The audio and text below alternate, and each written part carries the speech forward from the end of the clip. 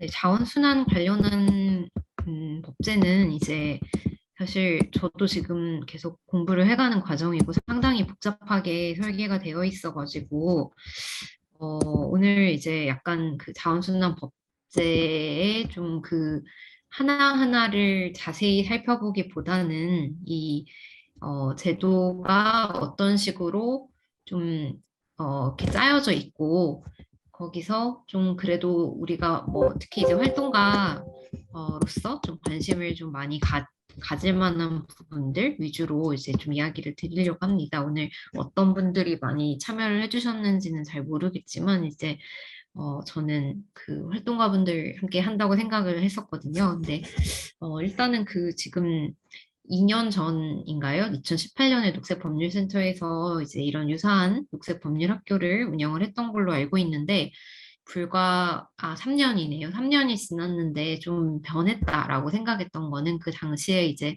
그 폐기물 법제라는 제목으로 이제 강연을 했던 것으로 알고 있습니다. 그러나 지금 이번에는 이제 자원순환, 그러니까 즉 폐기물을 어떻게 관리하느냐라는 것이 아니라 어떻게 앞으로 자원을 순환시키느냐로 좀 그런 쟁점이 좀 이동하고 쓰레기 문제를 바라보는 어떤 관점이 좀 변화하고 있는 것이 아닌가라는 그런 생각이 듭니다. 그래서 그 우리가 자원순환 사회로 전환하는 것에 있어서 이제 이것이 얼마나 중요한가라는 것에 대해서는 그 우리나라의 그 온실가스 배출량을 좀 들여다볼 필요가 있을 것 같습니다. 어, 일단은 그 전환 부분, 즉 그 우리가 전기를 쓰고 그러니까 그 발전을 하고 하는 부분에서 그 온실가스 배출량이 가장 많이 배출되기는 하지만 그 다음으로 온실가스가 많이 배출되는 분야는 이제 산업 분야입니다. 즉, 무언가를 생산하고 제조하면서 그 온실가스가 많이 배출을 하고 있다라는 것이고, 그 다음으로 이제 뭐 수송, 뭐 건물 이런 식으로 이제 가게 되는데, 즉, 그리고 폐기물, 즉 이제 자원을 이제 폐기하고 그러는 과정에서도 이제 온실가스가 배출하는 것이 상당히 이제 많다라는 것에서 지금 이제 탄소 중립이 화두가 되고 우리가 온실가스를 줄이는 문제에 있어서 그 자원순환을 하는 것이 매우 깊게 밀접하게 연계되어 있다라는 이제 말씀을 이제 드리고 싶습니다. 그리고 이제 우리나라에서 이제 그 산업 부분에서도 배출을 많이 하는 분야가 이제 철강이나 석유화학이나 시멘트, 뭐 정유, 전기전차, 자동차 뭐 이런 순서로 이렇게 가고 있는데요. 2019년 기준으로 우리나라의 10대 수출 상품을 살펴보면은 우리가 배출을 많이 하는 것들을 또 그 어떤 수입을 또 가장 많이 내고 있는 것 또한 볼 수가 있습니다. 반도체가 물론 1순위기는 하지만 자동차, 석유 제품, 자동차 관련된 부품, 합성수지, 이제 이거는 플라스틱 어떤 재료 같은 것이 되겠죠. 그리고 플라스틱 제품, 철강판, 뭐 이런 것들을 봤을 때 우리가 이제 수출을 통해서 좀 많이 이렇게 그 GDP를 유지하는 국가 이기 때문에 좀 그 앞으로 이제 이런 그런 물질들에 대해서 자원순환이 강조되고 하는 그런 부분에서 온실가스 감축을 하는 면뿐만 아니라 우리가 앞으로 어떻게 신사업을, 그러니까 그 산업을 어떻게 전환시킬 것인가 라는 것에서도 매우 좀 중요한 과제인 것 같습니다. 그래서 어떤 사업을 하는 것의 관점에서도 환경의 측면 못지않게 이런 순환을 시키는 부분들이 이제 더욱더 중요해질 것으로 이제 보여집니다. 그리고 또 자원순환 사회에서 자원순환 사회로의 전환이 이제 중요한 어떤 예로 우리가 지금 그 배터리 관련해서 좀 굉장히 앞서 나가고 있는데 어, 전기차에 대한 어떤 투자라던가 이제 전기차 생산 자체, 친환경차 생산 자체를 많이 이제 늘리려고 하는 그런 부분에 있어서 폐배터리들이 굉장히 많이 발생을 하게 될 것이다라는 것이 이제 예측이 되고 있습니다. 그래서 이제 이런 부분에서도 우리 국내적으로도 그 폐배터리를 어떻게 좀 자원순환하게 할 것인가도 중요하지만 그런 그 세계의 어떤 흐름을 봤을 때 이런 음, 유럽 같은 경우에는 물론 탄소를 이제 감축하는 측면뿐만 아니라 어떤 그 본인들의 내수를 좀 더 안정적으로 좀 그 보호무역을 하는 그런 측면에서도 이런 환경 규제를 사용한다라고 볼 수가 있는데 배터리 규제를 좀 예고하고 있습니다. 그래서 2024년부터는 유럽에서 판매되는 배터리는 탄소 발자국을 공개해야 한다라는 어떤 부분들이 이제 우리가 배터리를 국내에서 생산을 할 때 거의 이제 뭐 석탄 발전을 통해서 전기를 만들어 가지고 생산을 하게 되는데 이제 이런 부분들이 압박이 되게 되는 거죠. 그리고 2024년, 2027년부터였나요? 연도가 정확히 기억이 안 나는데 이제 그 상한을 두고 그 탄소 발자국 상한을 둬서 뭐 탄소 발자국이 너무 많이 발생하는 것은 유럽으로 들어오지 못하게 하겠다. 이제 이런 규정들이 이제 만들어질 전망입니다. 그리고 또 그 배터리에 대한 수거율을 그 유럽 안에서도 굉장히 높은 수준으로 올릴 것 또한 이제 예고를 하고 있는데 이런 것들이 우리의 어떤 사업 진출, 해외로의 사업 진출에도 영향을 미칠 것이고 국내적인 어떤 규제에도 영향을 미칠 것이다로 보입니다. 그래서 지금 어떤 현황이 이제 이런 전기차 배터리 시장이 급성장하면서 폐배터리가 이제 급증을 하고 있는데 이것은 앞으로 우리가 그 배터리 자체를 이제 재사용하는 부분이 이제 가장 좋겠죠. 그대로 그 좀 물질을 그대로 재사용하는 부분에서 뭐 여기 나와 있지는 않지만 배터리로 활용하는 부분도 이제 있을 거고 용도를 변경해서 ESS로 쓰는 부분들 그리고 배터리를 이제 재활용해서 이것을 이제 어떤 뭐 양극재로 만들어 가지고 전기차의 어떤 부품으로 이제 쓰는 부분들 이런 것들이 더 많이 활성화되고 이런 부분에서 산업들이 또 많이 나왔을 때 우리가 또 경쟁력을 가질 수 있을 것으로 이제 보입니다. 그 다음으로 이제 말씀을 드리고 싶은 부분은 우리가 플라스틱을 왜 줄여야 하는가라는 것을 조금 근원적으로 생각을 해봤을 때 두 가지 부분을 생각을 할 수가 있습니다. 어, 우리가 그 굉장히 충격을 받고 보았던 어떤 그 바다 해양 생물이나 또 새 그 조류에서 이제 그 플라스틱이 몸 안에서 이제 나오고 이런 것들을 봤는데 플라스틱은 이제 썩는데 시간이 굉장히 오래 걸리죠. 그래서 이제 보통 이제 어떤 자원 순환이라고 하면 쓰레기 관점으로 이제 접근을 해서 계속 그 끝없는 쓰레기들이 발생을 하고 그것이 또 바다로 흘러가서 미세 플라스틱으로 우리 몸에 쌓이고 이런 건강의 관점으로도 바라보지만 제가 앞서서 말씀드렸듯이 그 온실가스 관련된 측면에서도 이 플라스틱은 이제 원유, 그 석유를 통해서 이제 만들어진다라는 측면에서 발생을 할 때부터 태생적으로 온실가스와 연결이 될 수밖에 없다라는 측면에서 플라스틱을 줄여야 한다라고 볼 것입니다. 그래서 그 플라스틱이 어떻게 생산되느냐, 이 그림을 넣었는데요. 이제 뭐 끓는 점에 따라서 그 원유가 다양한 제품들로 만들어지는데 그 중에서 약간 이 75도에서 150도 사이에서 나프타라는 것이 이제 만들어지고 이걸 가지고 활용해서 이제 여러 가지 그런 플라스틱 관련된 제품들을 이제 생산을 하게 되는 거죠. 그래서 이제 이 원유가 아니라 바이오유를, 즉 그 어떤 생물 기반의 어떤 그것을 통해서 이제 플라스틱을 만들어 보자. 이 생산 단계에서부터 온실가스를 줄이는 그런 접근들도 이제 나오고 있는 것 같습니다. 순환 경제로 전환한다는 것은 이제 어떤 것이냐라고 했을 때, 그 예전에는 이제 어떤 뭐 제조 과정이나 뭐 이렇게 그 소매나 이런 부분에서 그 어떤 가치를 더해가지고 물건을 만들어서 사용을 하고 이것을 이제 버리는 그런 과정이었다면은 이것을 이제 다시 되돌리는 거죠. 재사용하고, 재가공하고, 다시 재제조하고, 또 재활용하고, 이렇게 돌려가는 그런 과정들, 즉, 어떤 루프를 만들어가는 그런 과정들을 우리가 좀 더 궁리를 해보아야 할 것 같습니다. 그 재활용, 우리가 이제 리사이클이라고 하는 그러니까 우리는 재활용이라고 하고 좀 포괄적인 광의의 의미로 좀 사용을 하지만, 그 영어에서 이제 리사이클이라 하면은 그 좁은 의미의 어떤 물질 재활용을 이제 의미를 하게 되는데요. 이렇게 우리가 쓰는 개념으로 광의의 재활용을 생각을 했을 때 그 재활용의 단계에 따라 등급이 있습니다. 그래서 가장 좋은 것은 그 원천적으로 이제 감량을 하는 것이겠죠.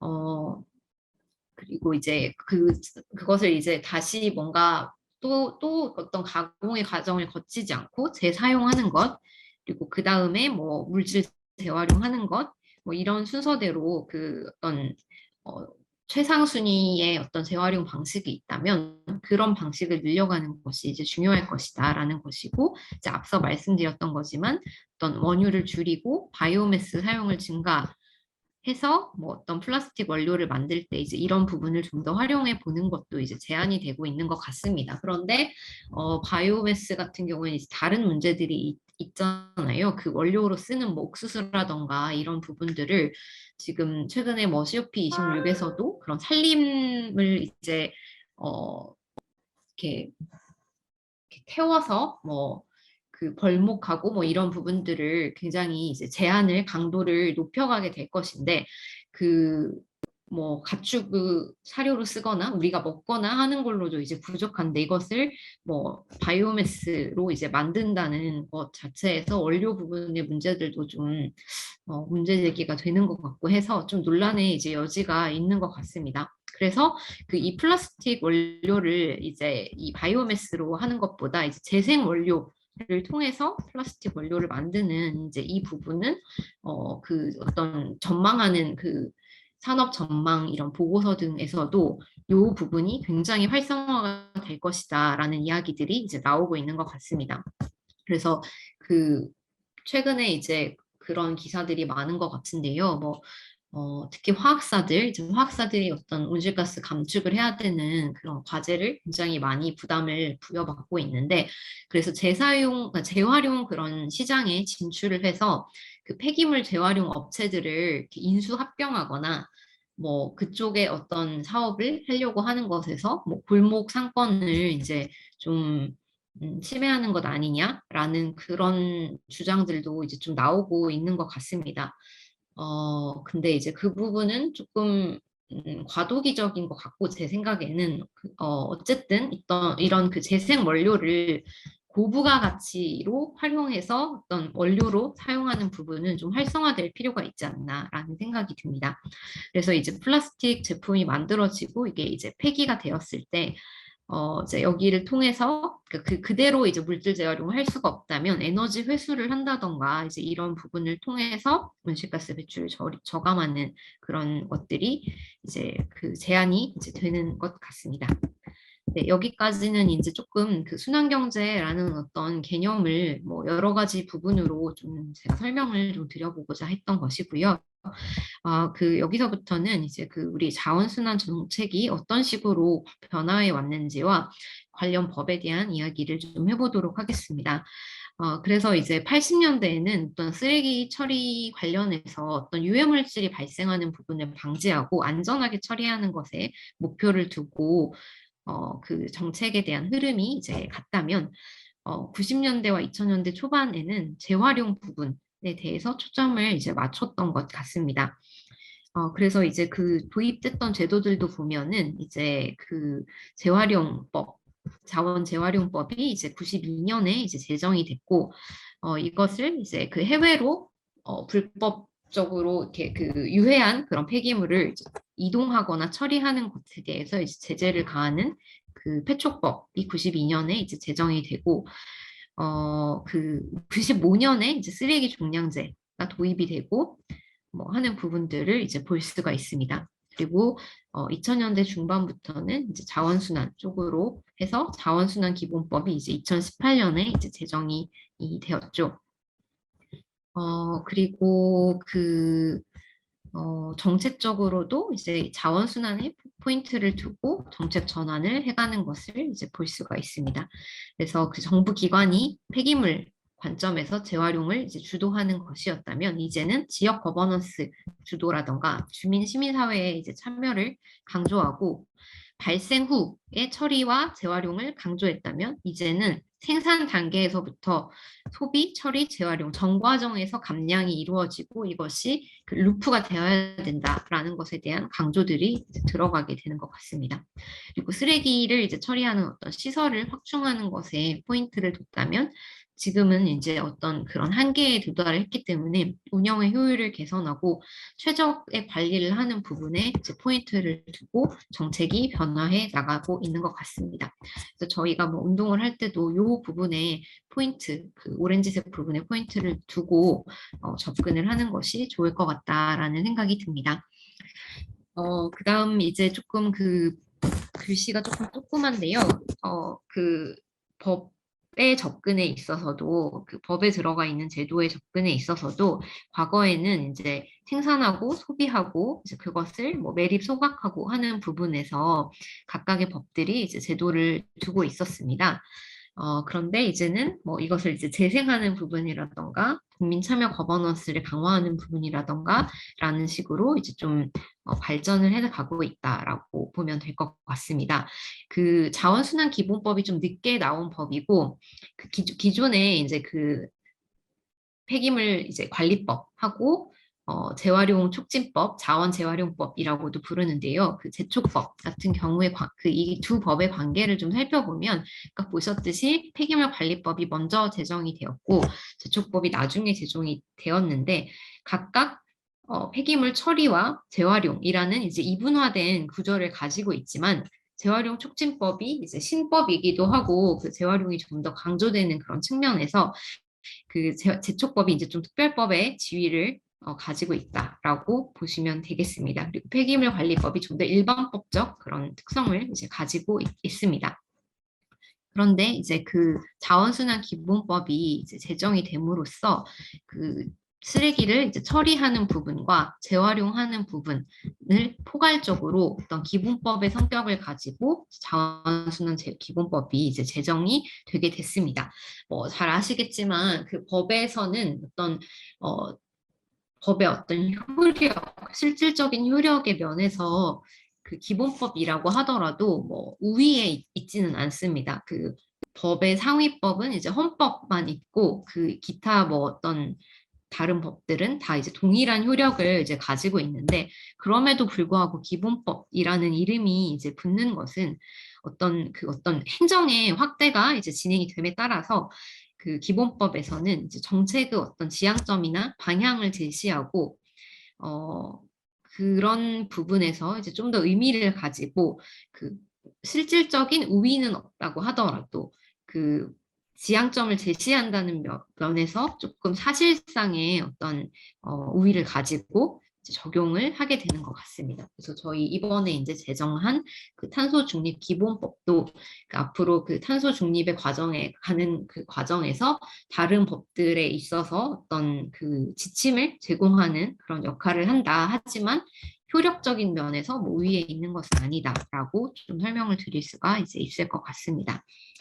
그리고 그 폐기물 관리법은 아까 말씀드렸듯이 폐기물 관리에 있어서 일반법적인 성격을 이제 갖게 되고 어, 각각 이제 건폐법이라는 것은 이제 건설 폐기물 관련해서 건설 폐기물의 처리와 재활용 양쪽을 다 이제 관할하는 그런 법인데요. 건설 폐기물이 이제 굉장히 발생하는 양도 많고 그 처리에 있어서 좀 특별한 부분이 있기 때문에 어떤 특별법으로서 이제 빠져나오게 이제 되었습니다. 그리고 그 폐기물 그 처리시설 설치 촉진 및 촉진에 관련한 이제 폐촉법 같은 경우 폐기물 처리시설 주변 영향지역 지원하는 부분들 뭐 이런 부분들을 좀 더 상세하게 규정을 하고자 특별법으로서 빠져나오게 됐다라고 보시면 되고요. 그 제촉법 같은 경우에는 이제 재활용 관련한 부분으로 어떤 일반법적 성격을 가지고 이제 나오게 되었고 전기 전자 관련해서는 전기나 전자제품을 그리고 자동차 같은 경우에는 재활용 관련해서 좀 특별히 관리할 필요가 있어서 또 개별법으로서 이제 빠져나오게 되었다고 보실 수가 있겠습니다. 네, 그리고 그 오른쪽은 이제 그 각각의 법률에서 조금 그 의미 있게 들어간 부분들이 좀 정리가 되어 있어서 좀 공부하실 때 도움이 될 것 같아서 제가 넣어놓은 그 그림입니다. 자원순환 기본법을 조금 살펴보게 되면은, 그, 좀 주요한 제도로서 한 4가지 정도가 이제 새로 들어가게 됐다라고 볼 수가 있는데, 어, 어떤 순환자원 인정이라고 해서 그러니까 폐기물 관리 뒤에 보시겠지만 폐기물 관리법에서 그 폐기물 관련한 부분을 굉장히 이 조금 넓게 보고 재활용 영역으로 가는 것을 좀 좁게 보는 그런 경향이 이제 있습니다. 그래서 폐기물로 볼 때는 그것에 대해서 굉장히 까다롭게 좀 요건을 강화해서 관리를 해가려는 그런 측면이 있는데 자원순환이 활성화되려면 그런 부분이 좀 완화될 필요가 이제 있잖아요. 왜냐하면 뭐 그 폐기물을 가지고 뭐 어떤 자원으로 이제 만들거나 하는 부분에서 규제가 이제 까다로울 때는 그만큼 또 부담을 갖게 되기 때문에 그래서 그 환경성이나 경제성 같은 것들을 충족했을 때 폐기물로 보지 않고 어떤 순환 자원으로 이제 인정을 해주는 이제 이런 제도들이 이제 들어가게 됩니다. 그리고 또 어떤 그 자원순환 산업을 육성하는 이런 부분들이 이제 또 들어가게 되고요. 그리고 그 자원순환 기반을 구축하게 되는 부분으로서 이제 뭐 계획을 수립하고 이제 이런 국제협력 이런 부분들이 들어가고 그 다음에 촉진 수단으로서 뭐 지자체나 폐기물 다량 배출 사업장에 대해서 자원순환 목표를 설정하게 이제 하는 부분 그리고 음, 폐기물 처분 부담금이라는 제도가 자원순환 기본법에 이제 들어가 있는데 이것도 자원순환을 촉진하는 제도입니다. 즉, 소각 매립되는 폐기물, 그러니까 그 자원순환이 될 수 있음에도 소각 매립되는 폐기물에 대해서는 돈을 부과해가지고 그 사업자의 입장에서 재활용 쪽으로 선택할 수 있도록 유도하는 그런 제도다라고 할 수 있겠습니다.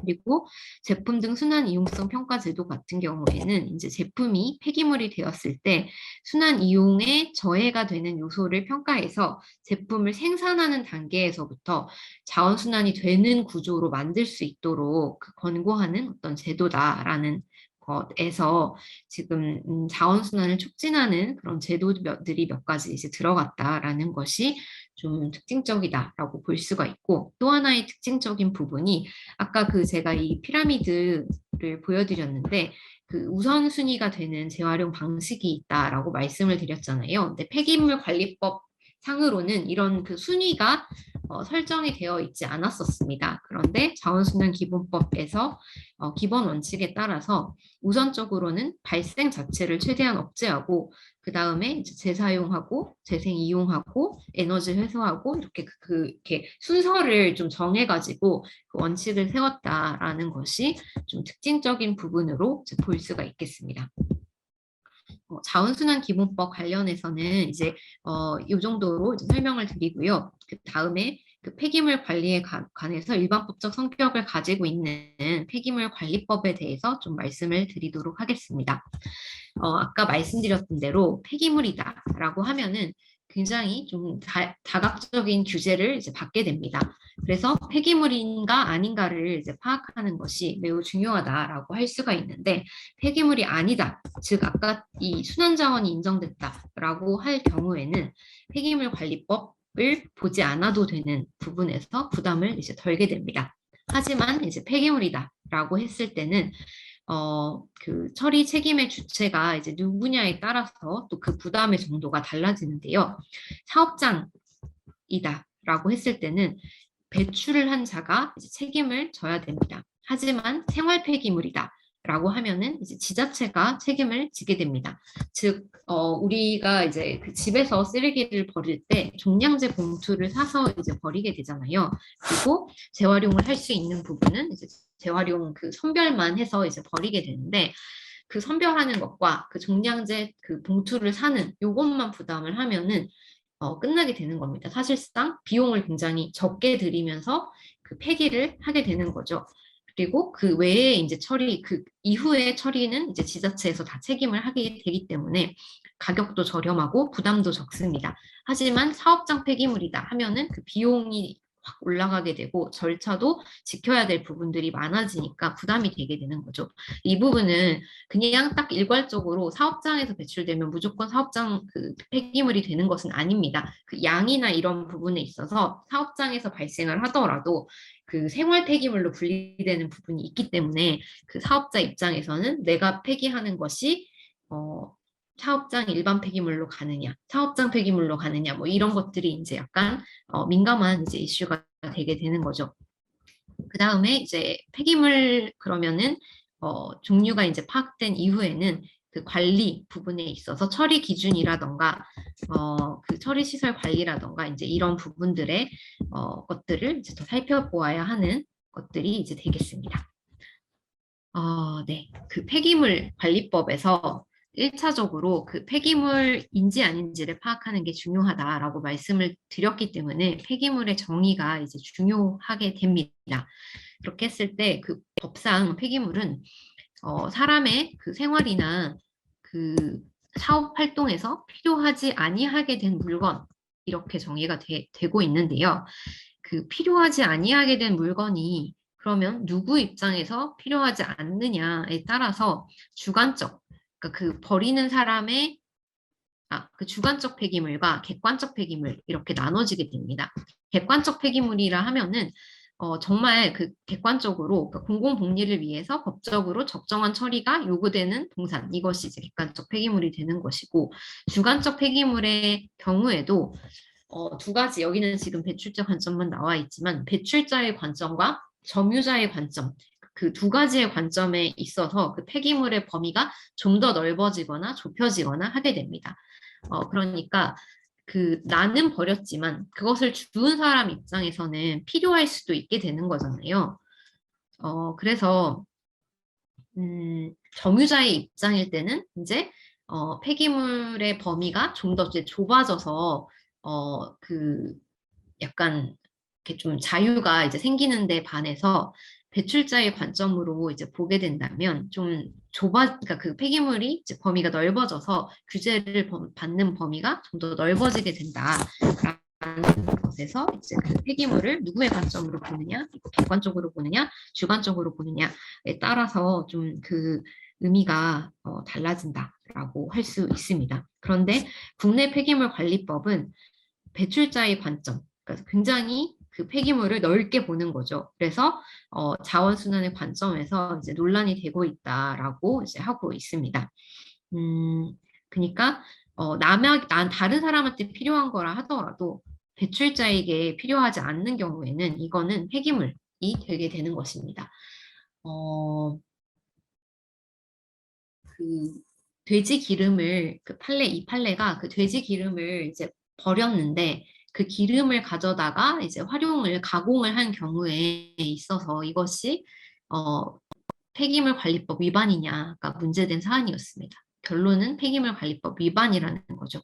그, 이 사람이 이제 그 기름을 주운 사람 입장에서는 그걸 활용해서 뭔가를 다시 순환시켜서 자원으로 활용을 할 수 있을지라 하더라도 버린 사람 입장에서 필요하지 않아서 버렸기 때문에 그거는 폐기물 관리법에 의해서 규율이 돼야 되고 관리가 돼야 된다라고 해서 그 홍수열 소장님께서는 그런 식으로 표현을 하시더라고요. 어떤 이 폐기물 관리법이라는 것은 그 폐기물 관리를 하는 공무원의 입장에서 굉장히 히스테릭하게 폐기물 관리가 제대로 안 되면 안 된다. 이거는 꼼꼼하게 봐서 누가 뭐 잘못 이렇게 하는 부분을 관리를 해야 된다라는 측면으로 바라보는 어떤 법이다라고 이제 이야기를 하시던데 이런 부분들이 우리가 이제 아까 보셨듯이 시대에 따라서 지금의 관점은 이제 어쨌든 자원순환을 활성화하는 것이 좀 그 중요한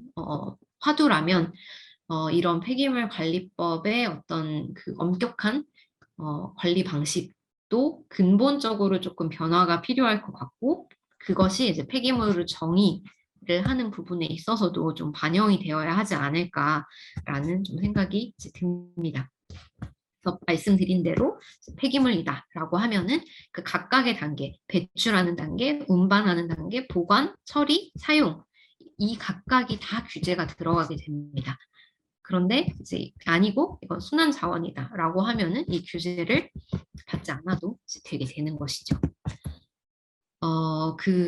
이거는 뭐 그냥 중요한 건 아니고 이 각각은 조금 중요한 어떤 그러니까 또 별도의 관리가 필요한 부분이거나 하는 부분이라서 이 폐기물 관리법에 적용이 안 되고 개별법으로서 적용을 받고 있는 부분이다라는 것이고요. 네. 그래서 이제 제가 좀 속도를 너무 못 내고 있네요. 조금 빨리 말씀을 드리도록 하겠습니다.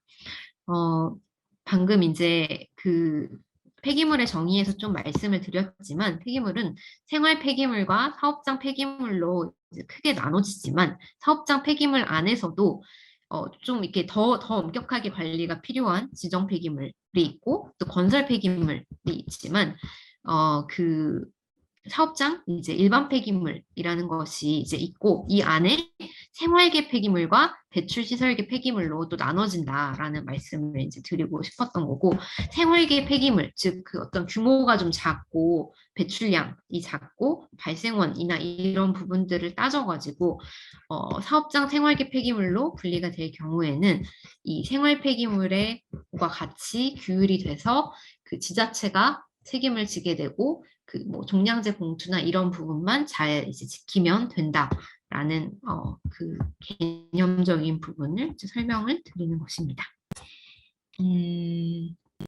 네, 그래서 폐기물 분류는 발생원이 이제 어딘가에 따라서 그 장소 개념을 기준으로 이제 보기 때문에 조금 좀 특이한 일들이 이제 발생을 하게 되는 것이죠. 예를 들면은 뭐 우리 강아지가 이제 너무 상상하기도 싫은데 강아지가 돌아가셨다라고 했을 때 우리 집에서 죽게 됐다라고 하면은 생활계 폐기물이 되는 것이고 병원에서 동물병원에서 죽었다 하면은 이제 의료 폐기물이 되게 되는 것이고 뭐 주사기 같은 것 링거에서 이렇게 뽑은 주사기가 우리 집에 의사가 이제 왕진을 와서 우리 집에서 버려졌다라고 하면은 그 생활 폐기물이 되는 것이고 병원에서 버려졌다라고 하면은 이제 의료 폐기물이 되는 이런 식으로 약간 장소 개념을 기준으로 그 폐기물의 분류가 이제 이루어지고 있다라고 이해를 해주시면 되겠습니다.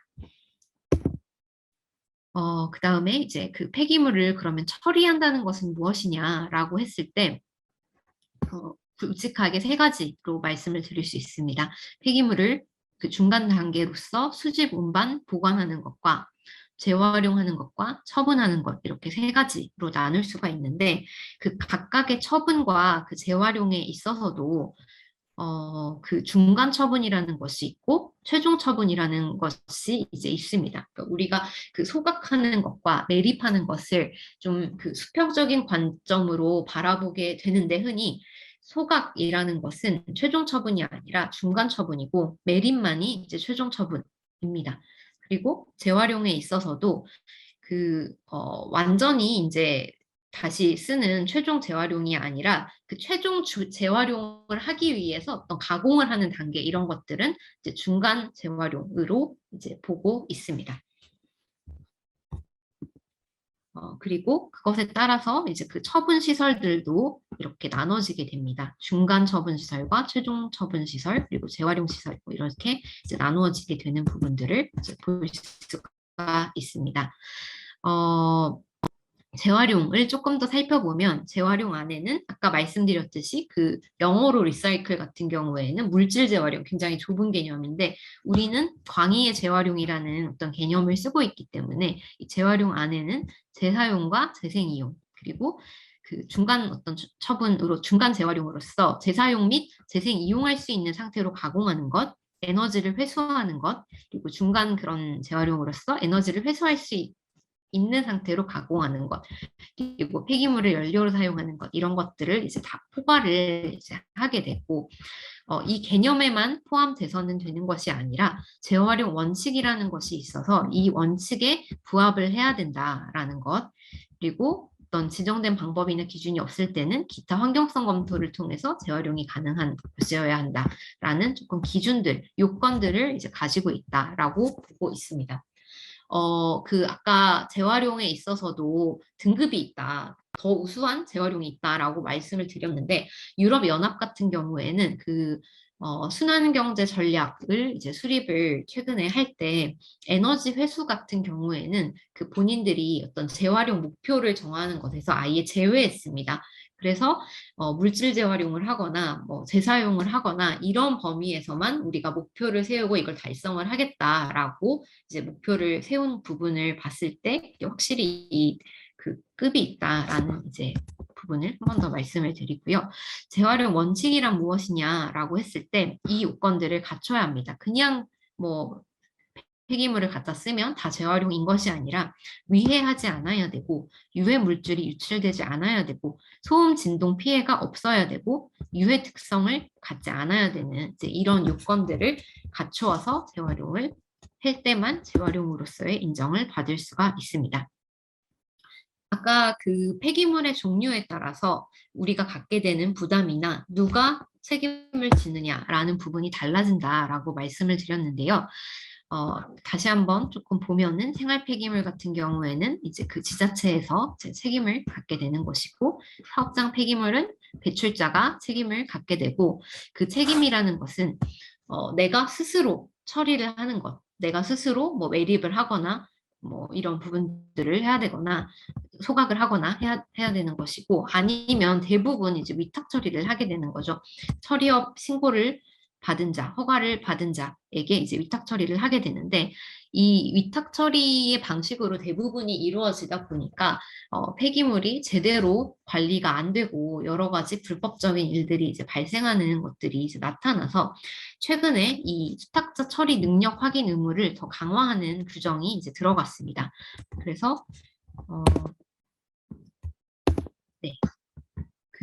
이 폐기물 배출자가 폐기물 처리 위탁을 할 때 이제 주의 의무를 강화하는 이런 규정들이라던가, 이 폐기물 처리업자도 아무나 처리업을 할 수 있는 게 아니라 그 기준을 좀 더 강화해서 이런 규정들이 이제 들어가게 됐고요. 그리고 폐기물 처리 절차에 있어서도 강화하는 그런 규정들이 이제 들어가고 있습니다.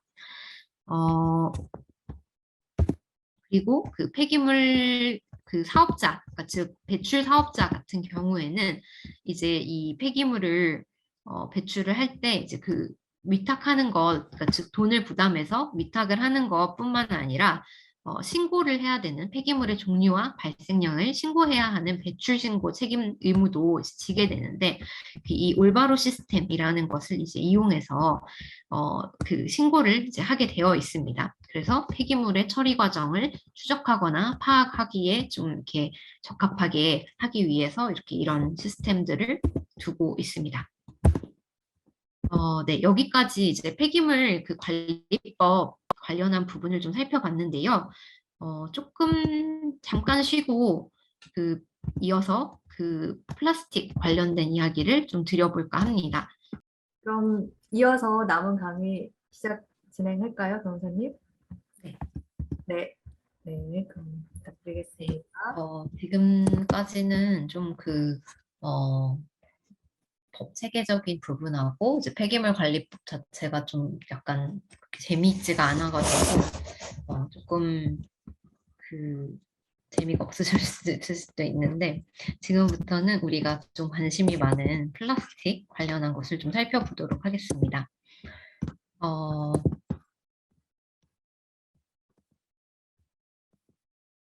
네, 그 플라스틱 관련해서는 우리가 아까 그 체계상에서 봤던 법 중에서도 제촉법이라고도 부르고 자원재활용법이라고도 부르는 그 법에서 이제 주로 일회용품 사용 규제라는 이름으로 규제를 이제 하고 있습니다. 그 외에도 그 자원재활용법에서 다양한 그 제도를 갖고 있는데, 오늘은 그 일회용품 규제에 좀 초점을 맞춰서 좀 살펴보고 그 해외의 지금 상황도 좀 살펴보도록 하겠습니다. 먼저 그 글로벌 플라스틱 규제 동향을 보면은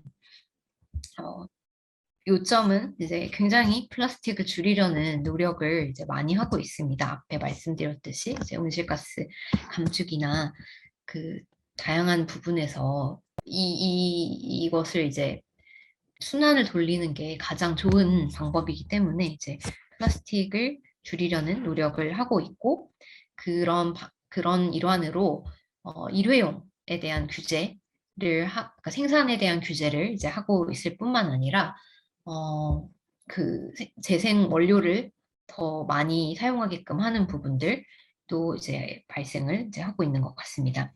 그래서 어떤 대안이 있는 제품은 일회용 자체를 뭐 만들지 못하게 하는 그런 것들이 이제 나오고 있는데 우리의 경우에는 이제 최근에 11월 달에 이제 들어간 걸로 그 환경 표지 인증, 그 녹색 표지 같은 것, 그러니까 그 뭐 친환경 제품이다 이렇게 인증해 주는 거 있잖아요. 거기서 일회용과 관련된 제품은 아예 그냥 제외를 해버리는 것이 11월 달에 들어간 게 이제 있고요. 그리고 그 바이오 플라스틱을 좀 활성화하는 것이나 재생원료 비율을 앞으로 이제 30%까지 플라스틱 제조할 때 이제 단계적으로 확대하겠다라는 그런 부분들도 이제 들어가 있고, 어, 그 일회용품 합계 줄이기 계획이라는 것이 19년도에 이제 정책으로서 만들어졌고 20년도에 생활 폐기물 탈 플라스틱 대책 이런 부분들이 이제 수립이 됐는데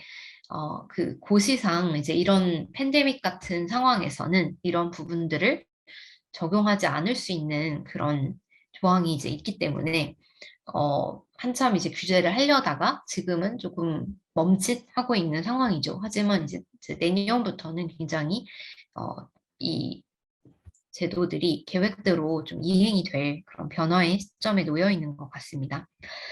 중국 같은 경우에도 이제 폐플라스틱 수입 금지 조치를 18년도에 한 이후에 상당히 엄격하게 규제를 이제 하고 있습니다. 그 중국은 또 뭐 한다면 또 굉장히 강압적으로 잘 하잖아요. 그래서 그 국가 발전 개혁이라는 곳에서 플라스틱 오염 관리 강화 제안이라는 이제 그 어떤 정부의 계획을 수립을 했고 그것에 따라서 성 단위로 그 관련 지금 법들을 좀 만들고 있는 그런 상황입니다. 그리고 그 고체 폐기물 환경 오염 방지법을 이제 개정해서 화학 산업계에 이제 플라스틱에 의한 오염 방지 대책 마련 의무를 부과하고 위반을 할 때는 벌금을 부과하는 이런 좀 강경한 제도도 만들고 있습니다. 유럽 같은 경우에는 그 아까 제가 말씀드렸던 그 신순환 경제 전략이라는 것을 통해서 그 EU의 플라스틱 순환 경제 정책을 이제 심화시키고 있는데 말씀드렸듯이 생산량을 감소시키고 재활용 비율을 높이고 바이오 플라스틱 같은 대체제를 개발하는 것 세 가지가 이제 그 정책의 핵심적인 방점이다라고 생각을 하시면 되겠습니다. 그래서 10가지 종류의 일회용 플라스틱 제품 사용을 올해 7월부터 이제 이미 금지를 하는 이런 지침을 이제 만들고 있고 그 라벨링을 부착하는 이게 어떤 성분으로 만들어졌는지 이런 부착하는 의무 조항들도 이제 들어가고 있습니다. 그 유럽의 법제를 보면은 디렉티브라는 것이 이제 우리말로 지침으로 번역이 되고 레귤레이션이라는 것이 이제 규정으로 보통 번역이 되는데 디렉티브나 레귤레이션이나 둘 다 이제 법입니다. 그래서 그 규범력도 똑같다라고 할 수가 있는데 차이가 뭐냐면 디렉티브라는 것은 이제 그 유럽 의회, 그러니까 유럽 연합에서 이제 디렉티브로 나오게 되면은 각 유럽 개별 국가들이 개별 자기 나라 법을 이제 만들어야 합니다. 그래서 그 지침의 수준 또는 그 이상으로 강화된 수준으로 개별법을 만들어서 그 나라의 법에 적용을 받게 되는 것이고 레귤레이션 규정으로 나오게 됐을 때는 그 유럽연합의 법이 그 개별 국가에 직접 바로 적용을 하게 됩니다. 그래서 지침으로 나올 때는 그 개별 국가에서 각자 법을 만들 때까지 조금 시간이 이렇게 텀이 소요되는 이런 부분들이 있다라고 할 수 있는데 이 일회용 플라스틱 제품 사용 금지는 이제 지침입니다. 그래서 이것이 각국 법에서 이제 더 구체화해서 들어가게 되는 그런 과제들이 있다라고 볼 수가 있습니다. 그래서 이것은 이제 우리나라 부분뿐만 아니라 전 세계적인 동향이고 오히려 우리보다 더 엄격하게 규제를 하고 있기 때문에 앞으로 이런 부분은 계속 더 활성화될 것이고 재활용 플라스틱 시장이라던가 이런 부분들이 또 수요가 성장하게 되는 그런 변화가 이제 있을 것으로 보이고요. 중국을 조금 더 살펴보면 중국 같은 경우에 우리 같은 경우는 이제 이 일회용 플라스틱 규제를 어겼을 때 뭐 과태료를 부과하거나 이런 행정 어떤 규제를 하고 있는데 벌금형을 이제 내리고 있는 부분들을 좀 볼 수가 있고요. 이 사천성이라는 곳이 좀 중국에서 이제 어떤 지침을 내린 것에 비해서 더 강화해서 그 실시 방법을 이제 규정을 하고 있더라고요. 그래서 이걸 봤을 때 그 일회용 플라스틱 식기를 이제 2026년부터 그 배달할 때 그 50% 감소하는 이런 규정들이 이제 들어가 있는 것들을 볼 수가 있고, 그 2023년부터 그 호텔 플라스틱 용품, 그 일회용으로 쓰는 그런 것들, 세면 도구 같은 것들이 있잖아요. 그런 것들을 아예 사용을 금지하게 하는 이런 부분들이 이제 들어가 있는 것을 볼 수가 있습니다. 그래서 우리도 좀 지자체별로 좀 더 강화된 어떤 플라스틱 정책을 갖고 갈 수 있지 않을까라는 좀 생각을 이제 해보았습니다. 어, 프랑스 같은 경우에도 그 다른 유럽 연합의 이제 국가들에 비해서 좀 더 선도적인 규제를 이제 하고 있는데 2040년을 방점으로 일회용 플라스틱을 다 폐지하겠다라는 목표를 이제 세우고 있습니다. 그래서 그 프랑스에서 이제 그 폐기물 방지 및 순환 경제법을 보면은 2021년 올해 이제 이미 플라스틱 빨대라던가 페트병 식수, 뭐 머들러, 그 포장용 컵 뚜껑, 채소와 과일을 담을 때 사용하는 플라스틱 포장재 이런 것들을 다 사용을 금지하고 있고 벌금을 부과하고 있다라는 것이고요. 2022년부터는 일정 규모 이상의 이제 매장에서는 고객에게 재사용이 가능한 용기를 제공할 의무가 있고 소비자가 직접 가져온 용기 사용을 허용해야 한다라는 것. 가정식 배달 서비스에 사용되는 음식 용기는 반드시 재사용되거나 수거가 되어야 된다는 것. 그리고 2023년에는 그 패스트푸드 매장을 포함한, 그러니까 여기서는 이제 그 규모가 좀 어느 정도 있는 매장만이었다면 2023년에는 모든 음식점이 재사용 가능한 식기구를 제공을 해야 되고 플라스틱 병 재활용 보증금 제도를 시행한다라는 것들을 이거를 지금 하나하나 읽는 이유는 가능하다라는 이야기를 드리고 싶었습니다. 우리가 좀 그 뒤에서 보시겠지만 제가 느끼기에는 좀 너무 살살 가는, 너무 산업을 보호하는 거 아닌가라는 생각이 드는데 이렇게 규제를 만들고 나면은 또 신산업이 발생하기도 하고 이것이 또 가능하기도 하고 대체제가 있기 때문에 그런 부분으로서 좀 보여드리고 싶었고 우리는 이제 지금 컵 보증제를 내년에 이제 시행을 하는데 이렇게 플라스틱 병에 대한 재활용 보증금 제도를 시행하는 그런 것도 있다라는 것을 말씀을 좀 드리고 싶었습니다. 이렇게 좀 글로벌 상황을 보고 우리 것을 좀 보면은 이 부분은 뭐 이런저런 이유가 있다고 하는데 제가 느낀 거는 그 글로벌 규제를 보면은 딱 플라스틱에 대한 어떤 규제를 하는 것을 이제 볼 수가 있습니다. 그러니까 즉 일회용이라는 것은 이제 다양한 재료로 만들 수 있잖아요. 크게 세 개로 이제 그 플라스틱과 뭐 종이와 그 뭐 금속박이라고 할 수가 있는데 가장 썩는 것에도 오래 걸리고 그 영양을 생산할 때도 온실가스를 많이 배출하는 것이 플라스틱이기 때문에 플라스틱에 방점을 두고 규제를 하는데 우리 법은 이제 일회용품으로 두고 여기 안에 이제 이 각각의 그 물건, 그러니까 각각의 그 제조물에 따라서 뭐 어떤 거는 종이도 포함하고 어떤 거는 뭐 종이는 빼고 막 이렇게 되게 복잡하기 때문에 좀 이렇게 빠르게 이 규제 내용을 좀 보는 것이 좀 어렵고, 그래서 왜 이런 식으로 되어 있나라는 좀 의문점이 좀 들기는 했습니다.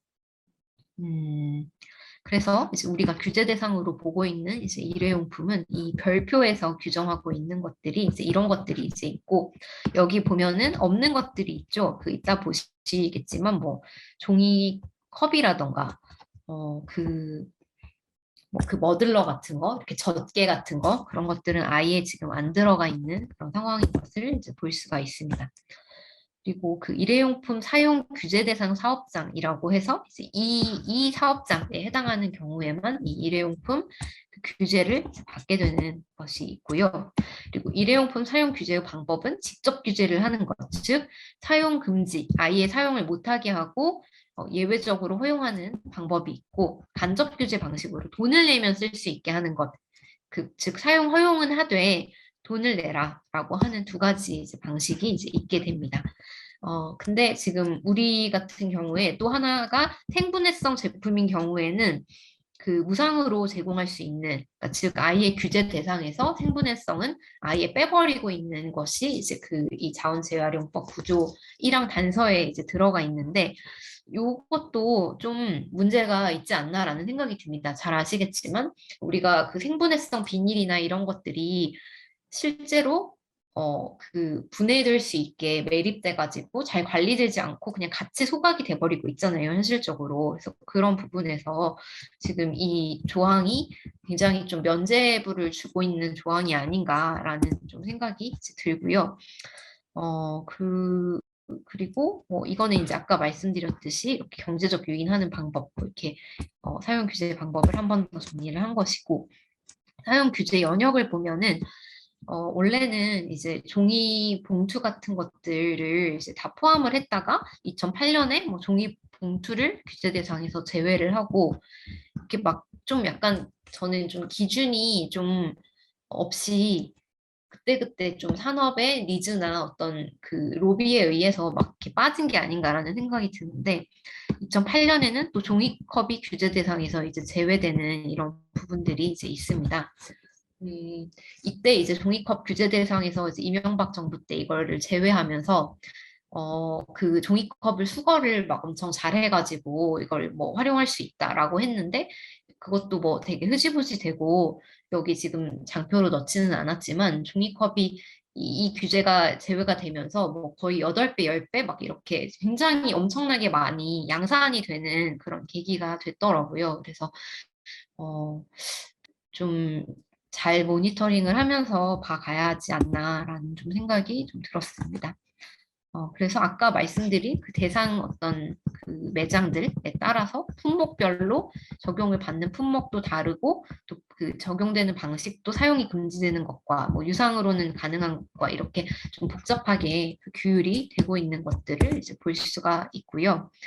사용 규제 이제 적용 제외가 있는데 배달이 이제 제외되고 있습니다. 그래서 우리 지금 현재로서는 그 식기 관련한 배달 식기 관련한 규제가 이제 없다라고 이제 말씀을 드릴 수가 있고요. 어, 그래서 이제 2019년도에 나왔던 일회용품 함께 줄이기 계획에서 각각 제품별로 이제 너무 그 일회용품이 많이 양산이 되니까 규제를 강화해 나가겠다라고 이렇게 발표를 한 바가 있었죠. 그래서 식기 중에서 이제 합성수지 컵, 이 합성수지가 이제 플라스틱이죠. 그래서 그 플라스틱 컵 같은 경우에 우리가 테이크아웃 컵 같은 경우에 무상 제공 금지 이제 이런 것들이 원래 올해부터 적용이 됐어야 됐는데, 뭐 코로나 상황 때문에 이제 이 부분이 적용이 지금 안 되고 있는 것이고, 그 장례식장 같은 경우에는 이제 그 세척 시설이 이제 있는 곳에서는 그 일회용품을 사용하지 못하게 하는 이런 부분들이 있는데, 실질적으로 장례식장에 세척 시설이 뭐 같이 돼 있는 경우들이 잘 없거나 뭐 하는 부분 때문에 좀 이것도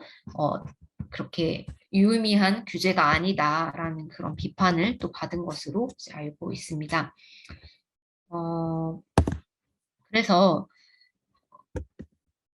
그리고 이제 그 식기 말고 뭐 그 외에도 봉투나 쇼핑백 같은 경우에도 원래 지금은 이제 이 규모가 굉장히 큰 대규모 점포와 이제 그 슈퍼마켓도 어떤 일정 규모 이상의 슈퍼마켓에서 사용을 금지하고 있는데, 제 2022년부터는 종합 소매업이나 제과점 같은 경우에도 사용 금지가 이제 되게 되는 부분들이 이제 들어가게 되고, 또 위생용품 같은 경우에 아까 그 50실 이상 숙박업 같은 경우에 무상 제공 금지하는 규정이 이제 들어가게 되고 지금 이 노란색으로 표시하는 거는 이제 내년 6월부터 이제 시행이 되는 변화되는 부분들입니다. 근데 아까 그 중국 사천성 같은 경우에는 아예 그 22년이었나요? 아예 그 어떤 규모 이상에서는 사용 자체를 금지하는 더 엄격하게 하고 있는 걸 보고 있는데 우리 같은 경우에 이제 무상 제공 금지 이렇게 들어가고 있습니다. 그리고 종이컵 같은 경우에도 그 내년 이제 지금 보증금제 실시하는 것을 뭐 열심히 이제 준비를 하고 있죠. 그래서 이것 도입된다라고 이제 하고 있고 빨대, 젖는 막대, 우산 비닐 이런 것들은 아예 그 규제 대상에 포함이 안 되는 것들이었는데 이제 내년부터 그 규제 대상으로 들어가게 됩니다. 네, 그래서 뭐 지금 이제 뭐 나름 좀 강화를 해 나가고 있기는 하지만 좀 더 할 수 있다라는 그런 제 생각을 좀 말씀을 드리고 싶었습니다. 그리고 자원재활용법에서 이제 그 폐기물 부담금 제도나 이제 EPR 제도가 그 어떤 동일한 선상에서 생산자에게 책임을 지는 제도라고 할 수가 있는데 어, 폐기물 부담금 제도는 앞에서도 한번 말씀을 드렸지만 그 그러니까 폐기물 관리 곤란한 제품에 대해서 이제 부담금을 부과하게 되는 부분이고 EPR 제도 같은 경우에는 재활용 가능한데 이제 재활용 목표를 부과하고 이거를 못 지켰을 때는 이제 뭐 그만큼의 어떤 돈을 내게 하는 이제 이런 부분의 이제 제도입니다. 그런데 이제 EPR 제도가 좀 여러 가지로 지금 좀 잘못 설계되어 있다라고 이제 비판을 받고 있는데 일단 하나는 그 생산자 책임 쪽에 너무 이제 방점을 두는 것에서 그 배출자 책임을 너무 이제 좀, 약간 간과하게 되는 그런 좀 근원적인 부분에서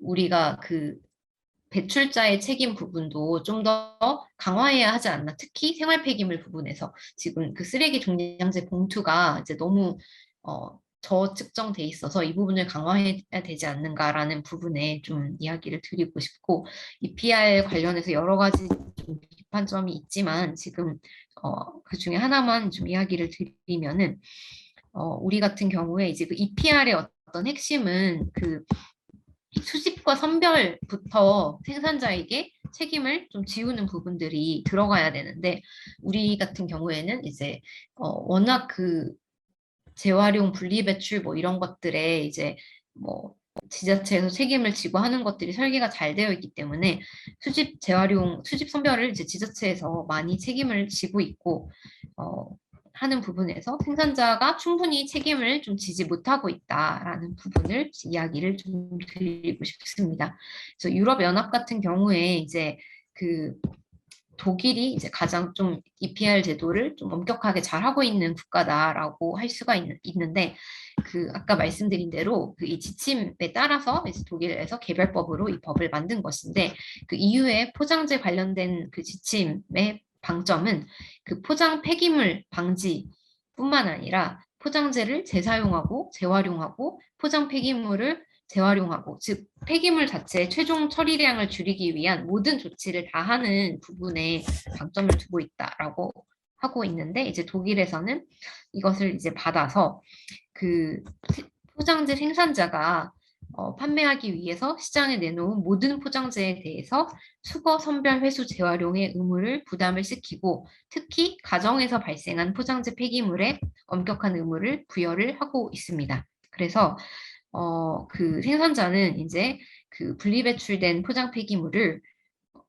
책임을 지고 또 지자체는 재활용으로 분리배출되지 않는 혼합 폐기물을 처리하는 어떤 이원화 제도로 시스템을 구축을 하고 있고 다만 이제 그 실무상 생산자가 그 생산자 자체가 직접 수집 선별, 회수, 재활용 작업을 하는 건 아니고 민간 기구인 생산자 기구에서 담당을 하되 이제 여기에서 사용료를 내는 이런 부분으로 그 사용료가 뭐 그 이 매립을 하거나 하는 것에서 부지를 매수하고 하는 것에 대한 부분까지도 생산자에게 굉장히 좀 의무 부과를 강하게 이제 하고 있는 것들을 볼 수가 있습니다. 그래서 이런 것을 참고해서 EPR 제도를 개선을 해야 된다라는 이야기들이 이제 나오고 있고요.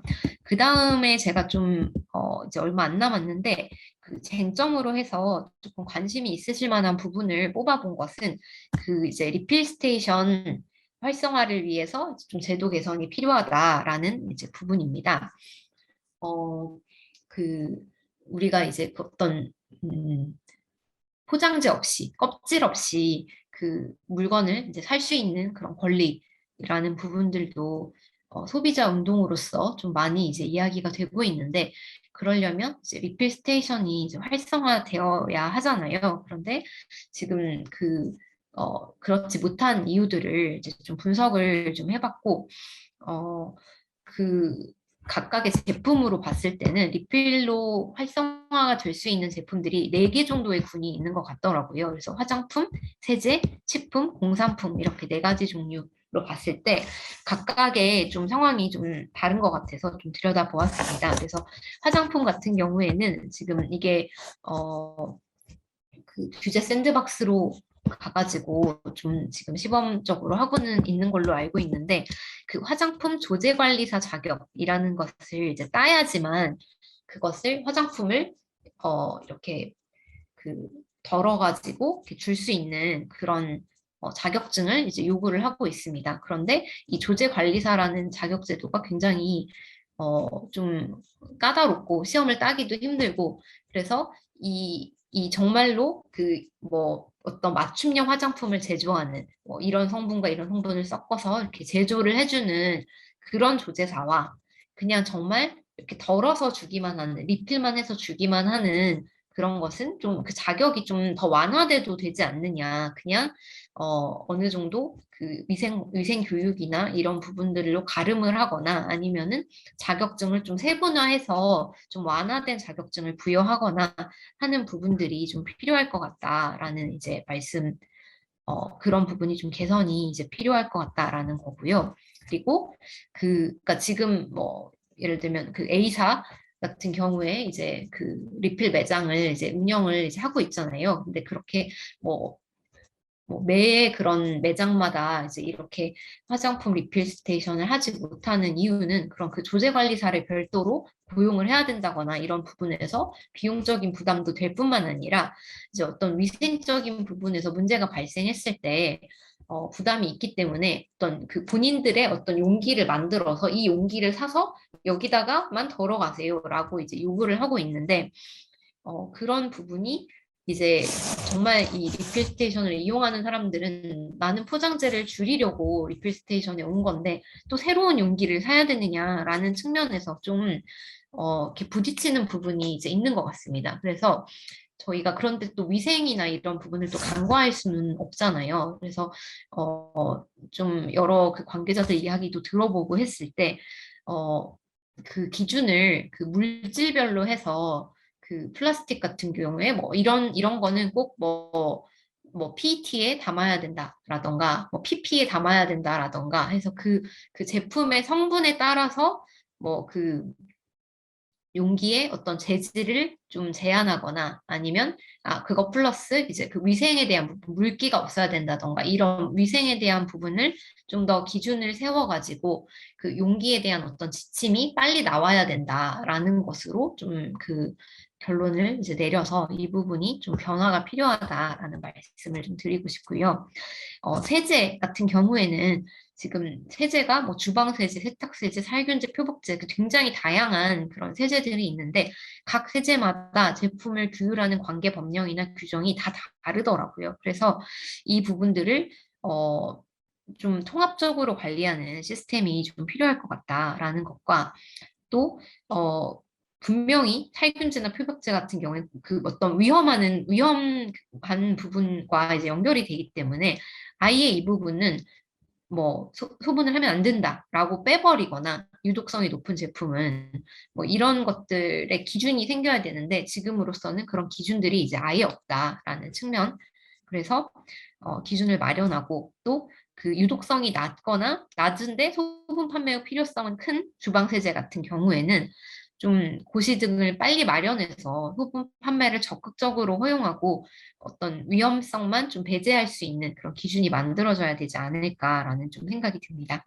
식품 같은 경우에는 이것도 지금 규제가 좀 없는 상황인데요. 그렇다 보니까 그 리필 스테이션 방식으로 이제 판매하는 어떤 영업 형태가 별도로 있지 않아서 리필 스테이션 매장들이 이제 식품을 팔고 싶을 때 막 영업 신고를 되게 여러 가지로 받으시더라고요. 그래서 일반 음식점 신고도 막 내고 즉석식품 제조 가공업 신고도 내고 이런 식으로 막 그 영업 신고를 이제 수집하는 이런 현상들이 현재 발생을 하고 있어서 식품을 판매하는 리필 스테이션 매장이라는 어떤 영업 형태가 좀 새로 생길 필요가 있을 것 같다라는 이제 말씀을 좀 드립니다.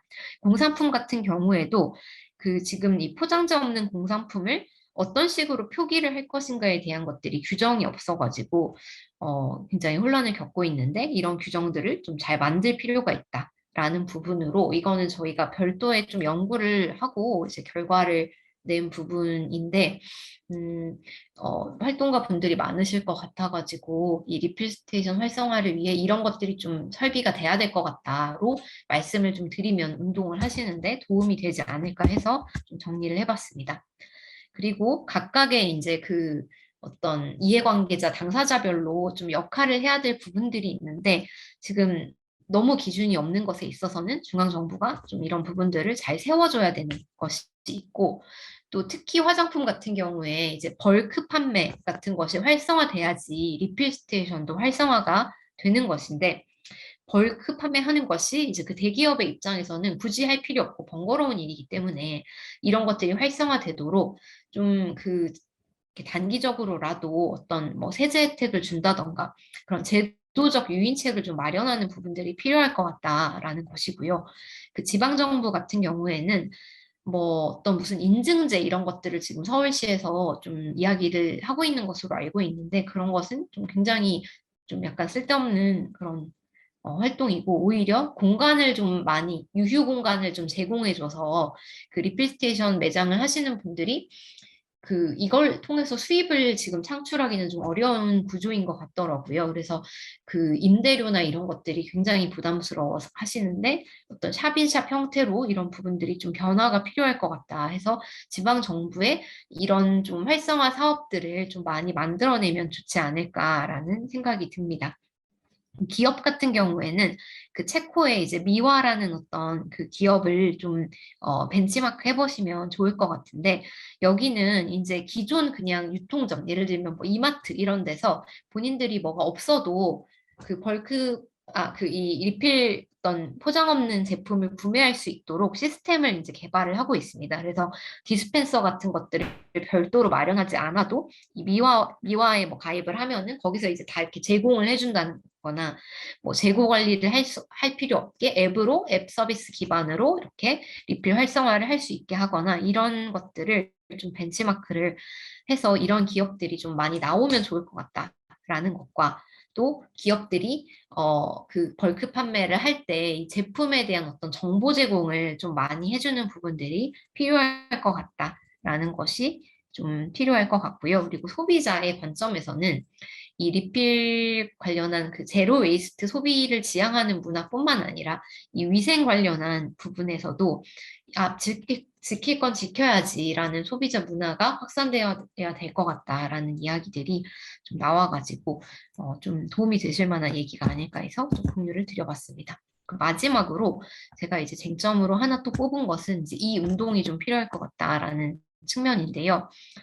수리할 권리입니다. 즉, 어떤 전자제품, 우리가 핸드폰 사서 되게 뭐 1, 2년 쓰고 버리게 되는 그런 구조들이 이제 발생을 하잖아요. 근데 그 부분이 너무 이제 수리를 할 때 돈도 많이 들고, 그 수리를 할 때 또 꼭 그 정해진 그 뭐 삼성 거면 삼성 매장, 삼성 그 AS 센터에서 굉장히 돈을 많이 들여가지고 이제 고쳐야 되는 이런 부분들이 이제 있는데, 미국이나 이제 유럽에서 이런 스마트폰의 어떤 전자제품 수명을 1년만 연장을 했을 때 이산화탄소가 굉장히 많이 줄일 수 있고 비교를 해봤을 때 이것이 뭐 일반 자동차 200만 대의 운행을 중지하는 것과 같은 어마어마한 온실가스를 감축할 수 있는 부분이다라고 해서 이 수리권이라는 것을 법이 이제 발효가 되고 법안이 논의 중이고 이제 이런 부분들이 우리나라에서는 아직은 좀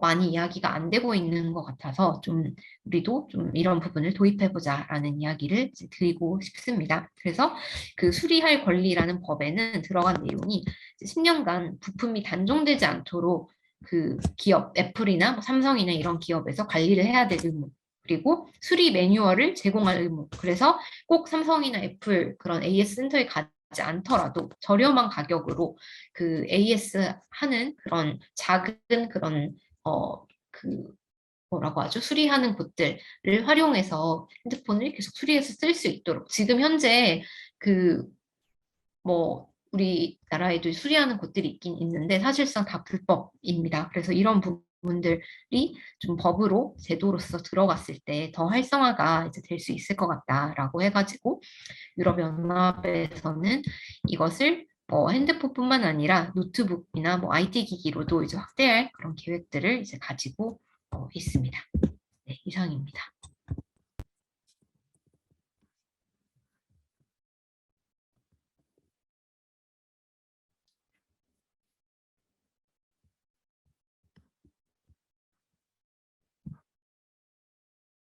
네, 감사합니다.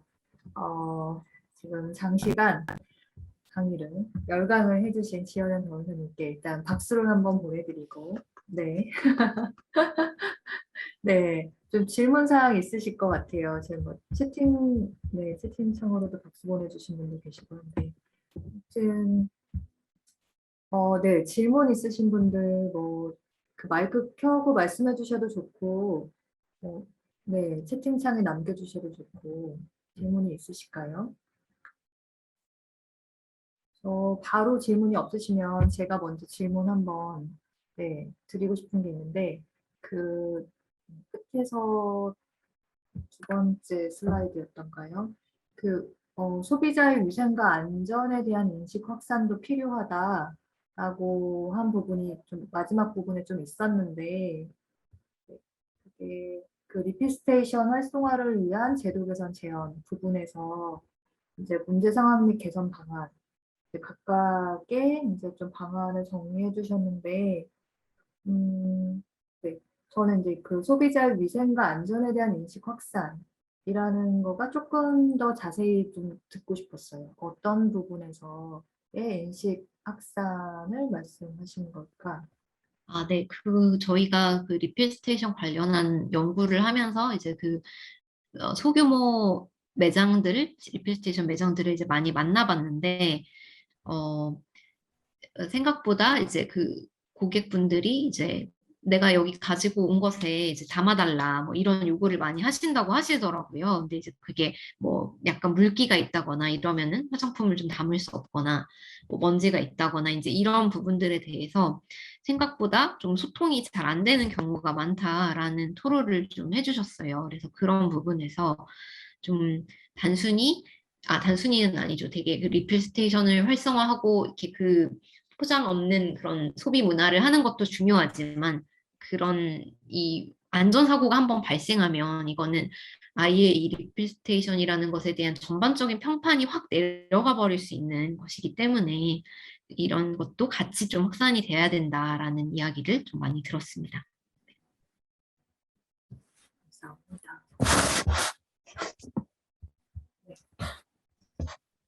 네. 뭐 평소에 자원수나 뭐 폐기물에 대한 뭐, 네, 관심 되게 많으셨을 텐데 네, 궁금한 거 또 있으시면 말씀해 주세요. 궁금한 게 강연 있었는데, 강재원 선생님 먼저 말씀. 네, 오늘 말씀해 주신 맥락하고 좀 다른 결의 문제인 것 같은데, 제가 환경 문제에 이렇게 관심을 갖게 된 게 얼마 안 돼서 평소에 궁금했던 점을 그냥 여쭙고 싶어서 마이크를 켰는데요. 그러니까 우리나라가 한국이 이제 제가 알고 있기로는 한 2005년도부터 음식물 직매립 음식물 쓰레기 직매립이 금지가 됐고 이제 생활 폐기물 일반 생활 쓰레기 직매립이 수도권 같은 경우 2026년부터 금지가 되는 걸로 알고 있는데 그러면 대안이 사실상 소각밖에 없는 상황인 거잖아요. 그러면 저는 그런 궁금점이 들더라고요. 그러면 소각은 진짜 안전한 거냐? 소각, 그러니까 최후의 방법이 소각밖에 없는 거는 이해는 하겠는데, 그럼 우리 현재의 기술상으로 소각하는 게 진짜 환경적으로 안전한 상황이냐? 이거에 대한 궁금증이 좀 있더라고요. 그래서 오늘 강의해 주신 거와 좀 연관이 있는지는 사실 잘 모르겠는데 이게 좀 궁금했어가지고 혹시 대답해 주실 수 있으신 부분이 있으실지 예, 그게 좀 말씀해 주시면 감사드리겠습니다. 제가 확신을 가지고 좀 잘 아는 부분은 아닌 것 같긴 하는데요. 일단은, 어, 그, 대기오염 물질 배출 관련해서는, 어, 어느 정도 그 보강 장치라던가 이런 부분에 있어서 생각보다 상당 부분 많이 좀 이렇게 잡고 있다라는 그런 이야기들은 듣기는 했었는데, 그러니까 어떤 우리가 갖는 거부감에 비해서는 그런 배출 저감 효과가 뛰어난 부분이 있다라고 듣기는 했는데, 온실가스 관련한 부분은 제가 이 음식물 아까 폐기물 관련한 부분 전체로 봤을 때는 상당 부분 온실가스가 이제 발생하고 있는 것을 봤는데 음식물만 따로 떼가지고 어느 정도 지금 배출에 영향을 미치고 있는지는 좀 잘 모르겠긴 합니다.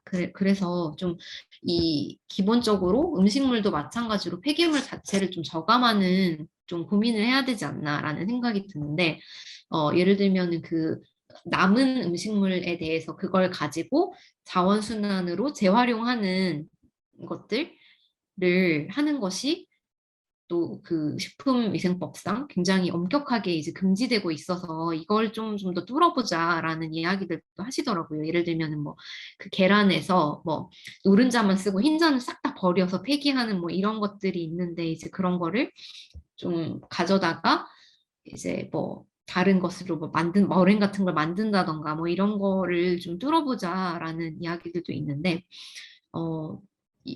좀 규제가 좀 엄격하게 잡혀 있어가지고 이런 부분들, 그러니까 폐기된 일단은 소비 자체를 좀 줄이고 폐기되는 것들을 좀 다시 순환하는 것들을 좀 만들어 가야 되지 않을까라는 생각은 좀 듭니다. 네, 소각으로까지 가기 전에. 네.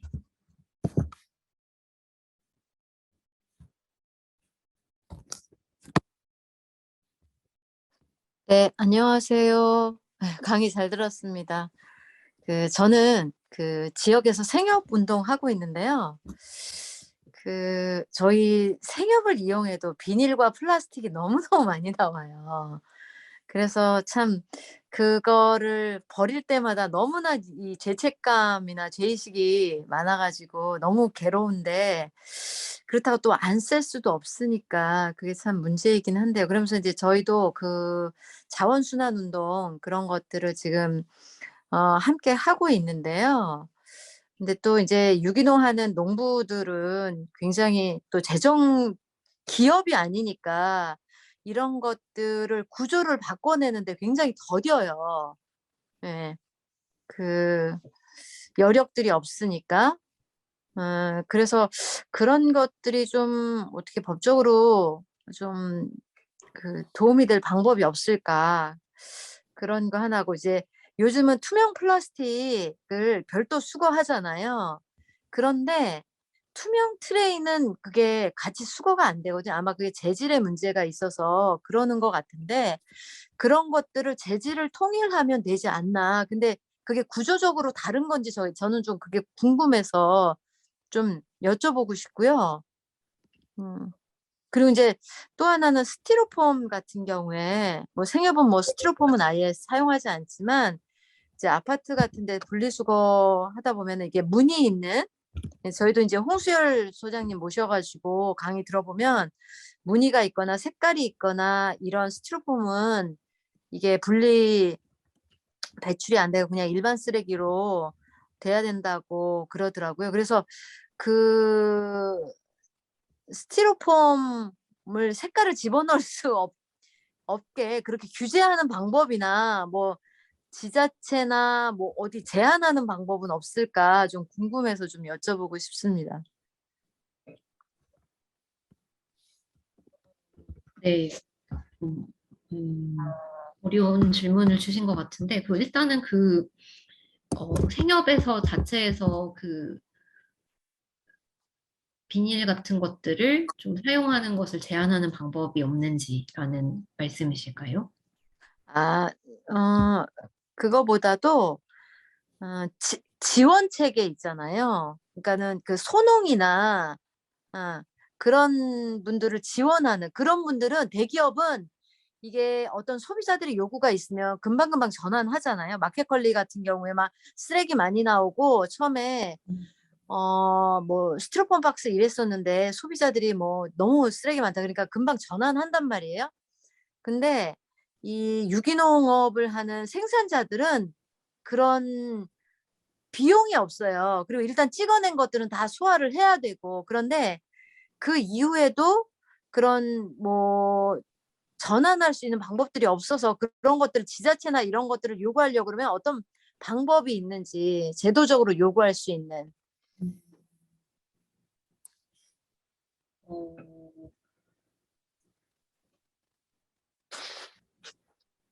일단 마지막에 이야기하신 그 스티로폼 같은 경우에는 이제, 그러니까 결국은 이 일회용 플라스틱 규제가 되는 그 대상들, 그 규제의 순서가 있다면은 가장 앞 단위에 있는 것은 대안이 있는 것들인 것 같거든요. 그래서 굳이 쓰지 않아도 되는 것들부터 규제를 할 수가 있을 것 같은데, 그런 부분에서 이제 스티로폼 같은 경우에도 이제 규제의 대상이 되어 나갈 수가 있을 것 같고, 특히 그 해양 그 미세 플라스틱 문제, 또 그리고 사람들이 얼마나 그 문제를 심각하게 보느냐라는 것도 규제의 우선순위에 들어가게 되는 것 같은데, 워낙 그 바다 미세 플라스틱에 대한 문제가 이제 제기가 많이 되면서 스티로폼 부표 같은 것이 이제 2022년부터 이제 사용 금지 항목에 이제 들어가게 이제 됐거든요. 그래서 그런 부분에서 좀, 이건 진짜 문제다. 그리고 이것은 대안이 있다라는 두 가지 관점에서 소비자 운동을 좀 전개를 하는 것이 규제 그 안으로 들어가게 되는데 좀 그 긍정적인 영향을 이제 미치는 것 같다라는 그런 생각이 들고요. 그리고 그 지원 같은 부분은 좀, 어, 좀 만들어 나갈 필요가 있을 것 같아요. 그런데 지금 제가 딱 어떤 이런 것을 벤치마크해서 그 어떤 소농들의 지원을 좀 하면 좋겠다라는 것이 좀 떠오르지는 않는데, 혹시 외국의 네. 사례나 뭐 이런 것들이 있으면 말씀을 해주시면 좀 참고가 될 것 같아요. 어, 그 부분은 제가 좀 잘 떠오르지 않는 것 같습니다. 네. 네. 예. 네, 있을 수 있을 것 같은데, 그러니까 보통은 다 그러니까 연도별 규제를 쓰는 것 같거든요. 좀 그러니까 그 예견할 수 있게, 뭐 중국 같은 경우에도 2023년, 26년 이런 식으로, 그리고 매장 같은 경우에도 큰 매장 먼저, 그다음에 작은 매장으로 이렇게 좁혀 들어가는, 그래서 좀 준비할 시간을 주는 식으로 주고 있는 것을 봤는데, 뭐 어떤 인센티브, 그리고 또 이제 잘했을 때 인센티브를 주는 것도 있지만, 규제를 하면서 뭐 지원을 하는 이런 부분들은 조금 그 플라스틱 관련한 규제와 관련해서 조금 떠오르지는 않는 것 같습니다. 두 번째로 말씀을 하신 거는 뭐였었죠? 그 투명 아, 페트병하고 네네네. 투명 쓰레기하고 네네네. 그러니까 함께 수 네, 그거는 좀 정말 단일 그 성분으로 좀 생산할 때 좀 규제가 만들어질 필요가 있을 것 같아요. 그러니까 그 복합 성분일수록 그것은 이제 재활용하기 어려운 네. 그 제품이 되는 것은 이제 사실이고, 그래서 페트병 같은 경우에 좀 가장 그 재활용하기에 이제 용이한 그런 제품이잖아요. 단일 네. 성분이기도 하고. 그래서 그런 그 식기 관련된 부분들도 좀 단일 성분으로 뭐 제조를 하게끔 하는 것도 어떤 규제의 일환일 것 같고, 재활용을 활성화할 수 있게 하는 방안이 될 것 같습니다. 그리고 그거에 더해서 뭐 좀 쟁점은 벗어나지만 제가 하나 더 말씀을 드리면, 그 페트 같은 경우에는 가장 그 재활용되는 것이 좋은 방안은 페트병이 페트병으로 재활용되는 것이라고 하잖아요. 그런데 네네. 이제 뭐 이걸 활용해서 무슨 요즘에 패션 업계에서 네. 옷을 만든다던가 뭐 이런 식으로 이제 우리가 재활용을 했다라는 홍보를 하기도 하는데, 이거는 우리가 좀 이렇게 안 좋게 봐야 할 그린워싱 중에 하나다라는 생각이 좀 듭니다. 그러니까 그 페트를 활용해서는 충분히 페트로 재활용하는 방안이 있으니까 그건 그렇게 가고, 패션 업계에서는 그 본인들 이제 그 옷에 대한, 그러니까 이 오늘 말씀은 안 드렸지만 그 옷에 그 폐기물이 굉장히 많이 발생을 하잖아요. 그런 네. 섬유만. 그래서 네. 그 자체에서 생산을 좀 줄인다던가, 음. 재사용 방안을 좀 마련을 한다던가, 이런 식으로 그쪽은 좀 더 또 방안을 봐야 될 것 같습니다. 아까 보셨듯이 그 재활용의 위계가 있잖아요. 네. 가장 좋은 거는 억제하는 거, 그 다음에 음. 그대로 재사용하는 음. 거니까 그런 식으로 좀 접근을 할 필요가 있다는 것이 또 떠오르네요. 네. 감사합니다.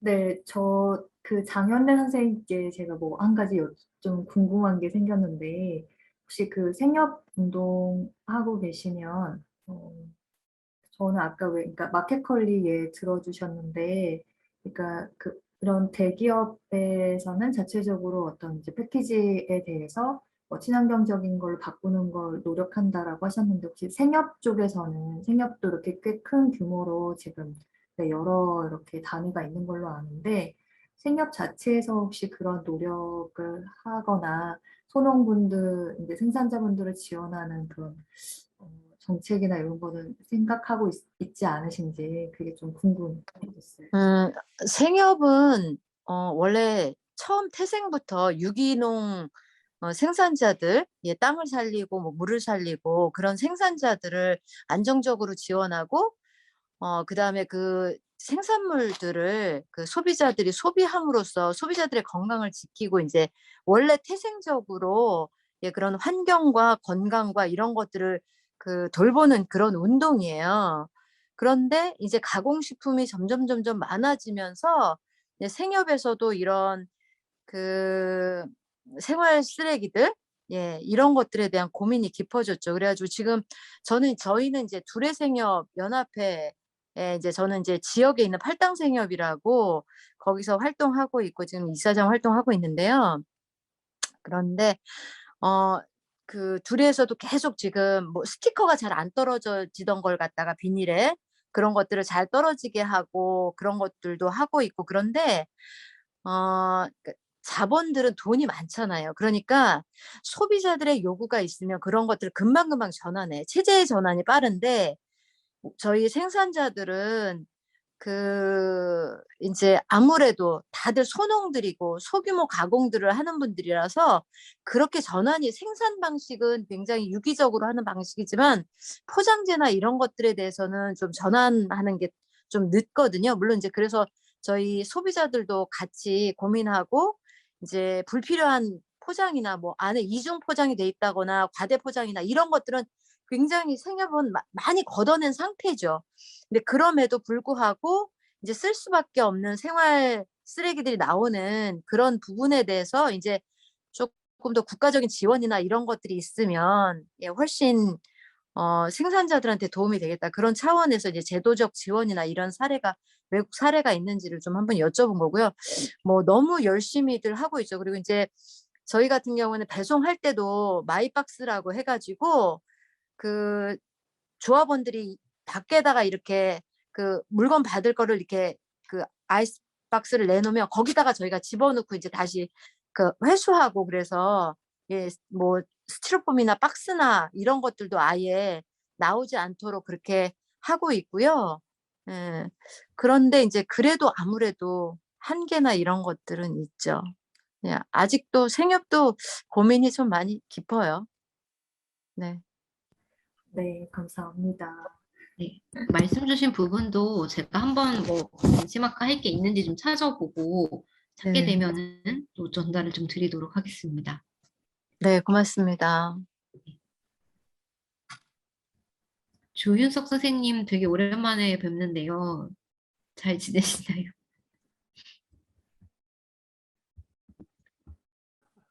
네, 잘 지내고 있습니다. 공부하다가 지쳐서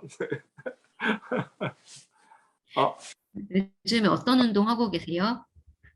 계속 옥상에서 쿨루프 칠하는 거 하고 있고, 그다음에 지금은 그 세종대에서 박사하고 있는데 공부는 제 취향이 아닌 것 같아요. 너무 힘들어요. 네, 맞으십니다. 그 아무튼 기후 관련해서 계속 이야기해 주셔서 너무 감사합니다. 앞으로 계속 소송을 해야 되지 않을까 그런 아무튼 일이 되게 바빠지시고 많아지실 것 같아요. 수고하셨어요. 네. 아, 저 한 가지 더 질문 드려도 될까요? 네, 네, 질문해 주세요. 아, 저희가 이제 지역에서 기후위기 이제 비상행동 활동을 하고 있는데요. 변호사님이 만약에 지역에서 이런 활동들을 좀 전개하면 뭔가 지역이나 이거 기후위기를 바꿔내는데 좀 유효한 활동이 될 것 같다. 그렇게 좀 조언해 주실 만한 활동이 있으실까요?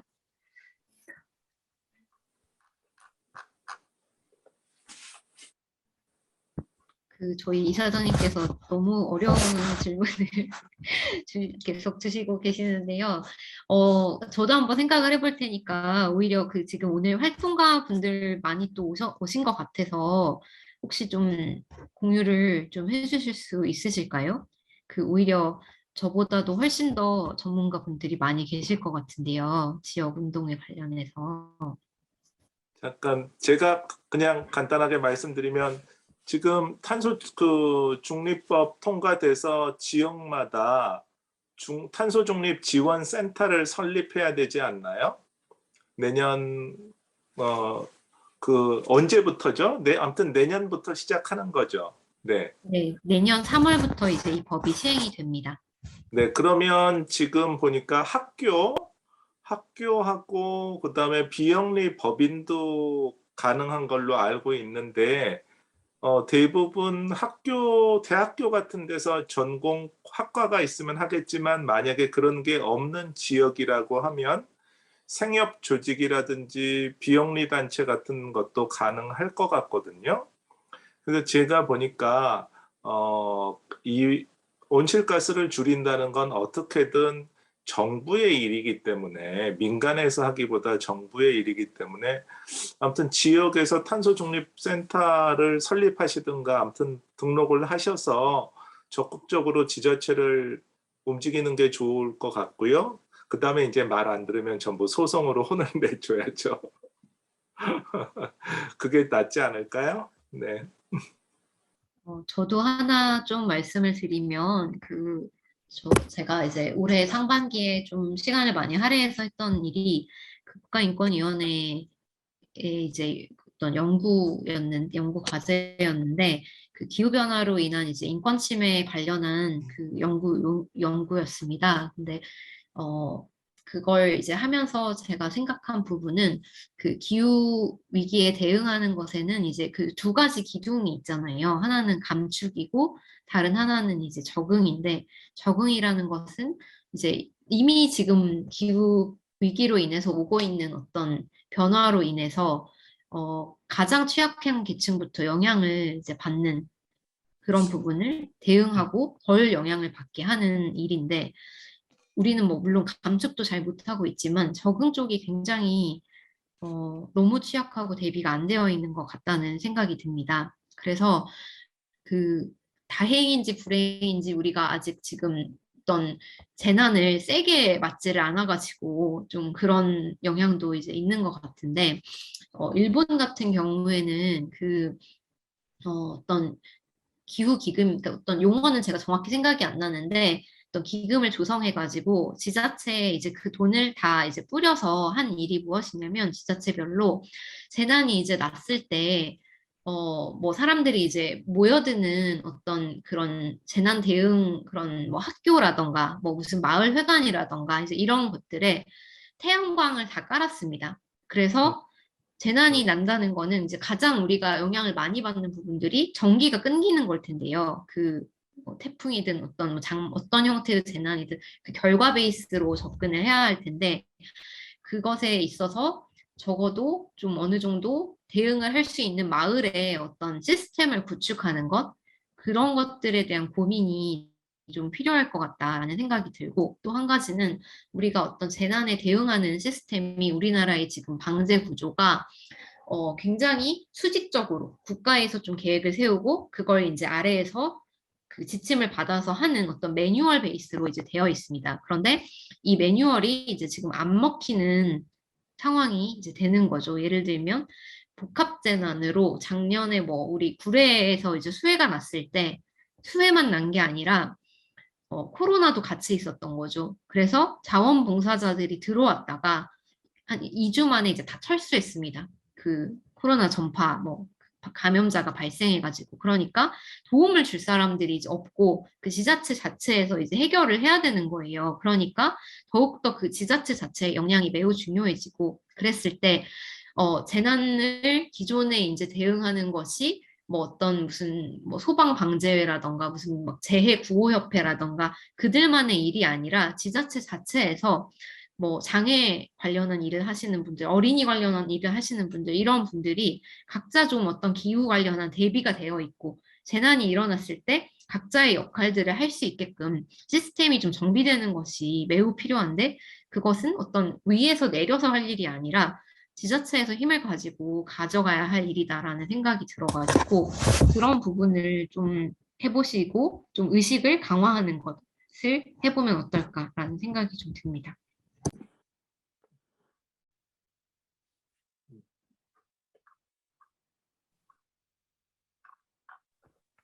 저는 이제 여기 지역 활동가 분들도 계실 것 같아서 사례를 좀 말씀을 드리자면, 제가 하는 거는 아니고 제가 소속해 있는 단체의 동료 활동가 분이 이런 자원순환의 문제에 관심이 되게 많으셔서 실제 프로그램을 저희 인천 지역에서 꾸리고 계신데, 그러니까 제도적인 차원으로 풀어야 될 문제도 있지만 이게 실질적으로 뭔가 변화를 일으키기 위해서는 결국엔 사람이 움직여야 되잖아요. 그 지역에 사람들이 실제로 변화를 해야 되는 부분이 있는데, 그 서울의 보틀 팩토리라는 곳에서 재작년인가 작년부터 6월 보틀 위크라는 그 동네의 상점들을 섭외를 해서 실제 한 달 정도 기간에 이제 시민들이 직접 가면 그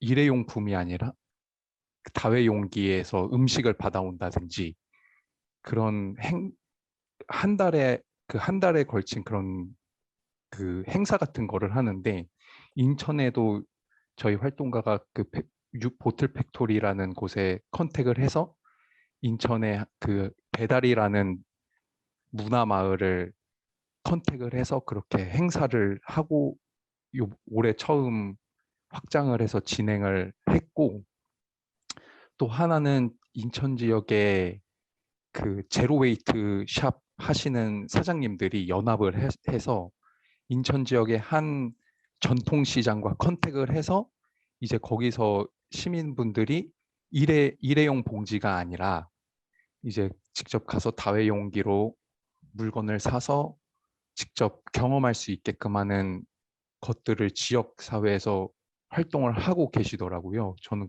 그런 걸 보면서 이제 이게 어떻게 보면 당장에 뭔가 문제를 해결할 수는 없을지라도 이런 노력들이 조금의 변화를 만들어내는 데는 큰 역할을 하지 않을까. 이제 전국적으로 이런 문화들이 곳곳에서 자리를 잡아 가다 보면 자원순환 쪽으로는 그런 나름의 깨달음, 배움을 얻어서 혹시라도 이제 장윤래 선생님 같은 경우도 이제 생협이라는 그 큰 무대 아니면 이게 펼치실 수 있는 그런 장이 있으시니까 그런 거를 좀 적용해서 해보셔도 되게 큰 변화를 만들어내실 수 있지 않을까 그런 생각이 들어서 한번 말씀을 드려봤습니다. 네, 고맙습니다.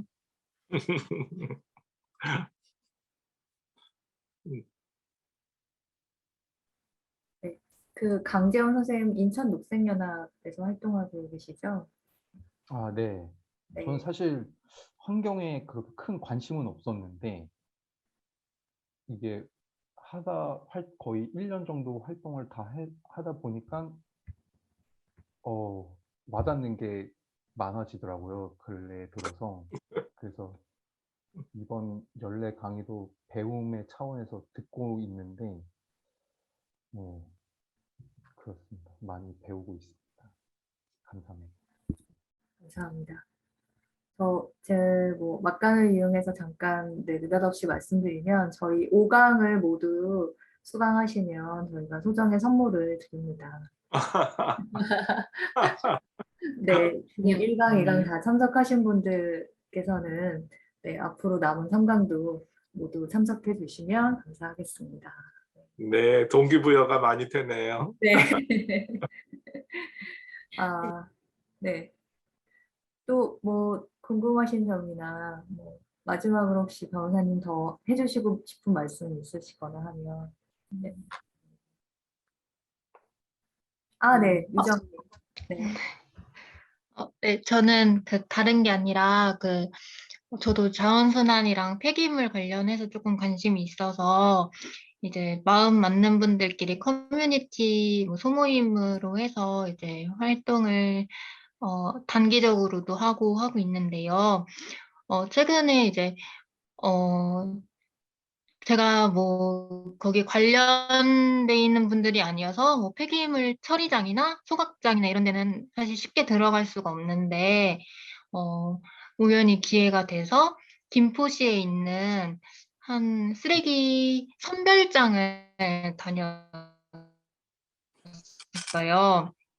근데 거기 김포시의 경우에는 이제 시와 선별장이 연결을 해서 거기에서 선별되는 폐기물, 사실 근데 선별소여서 아직 폐기물로 정확하게 이렇게 구별이 된 건 아니었는데, 일단 거기서 선별해서 이제 재활용할 수 있는, 쓰레기들은, 다시 분리를 해서 이제 김포시에서 또 그 폐기물들을 재활용하는 사업체들한테 그거를 파시더라고요.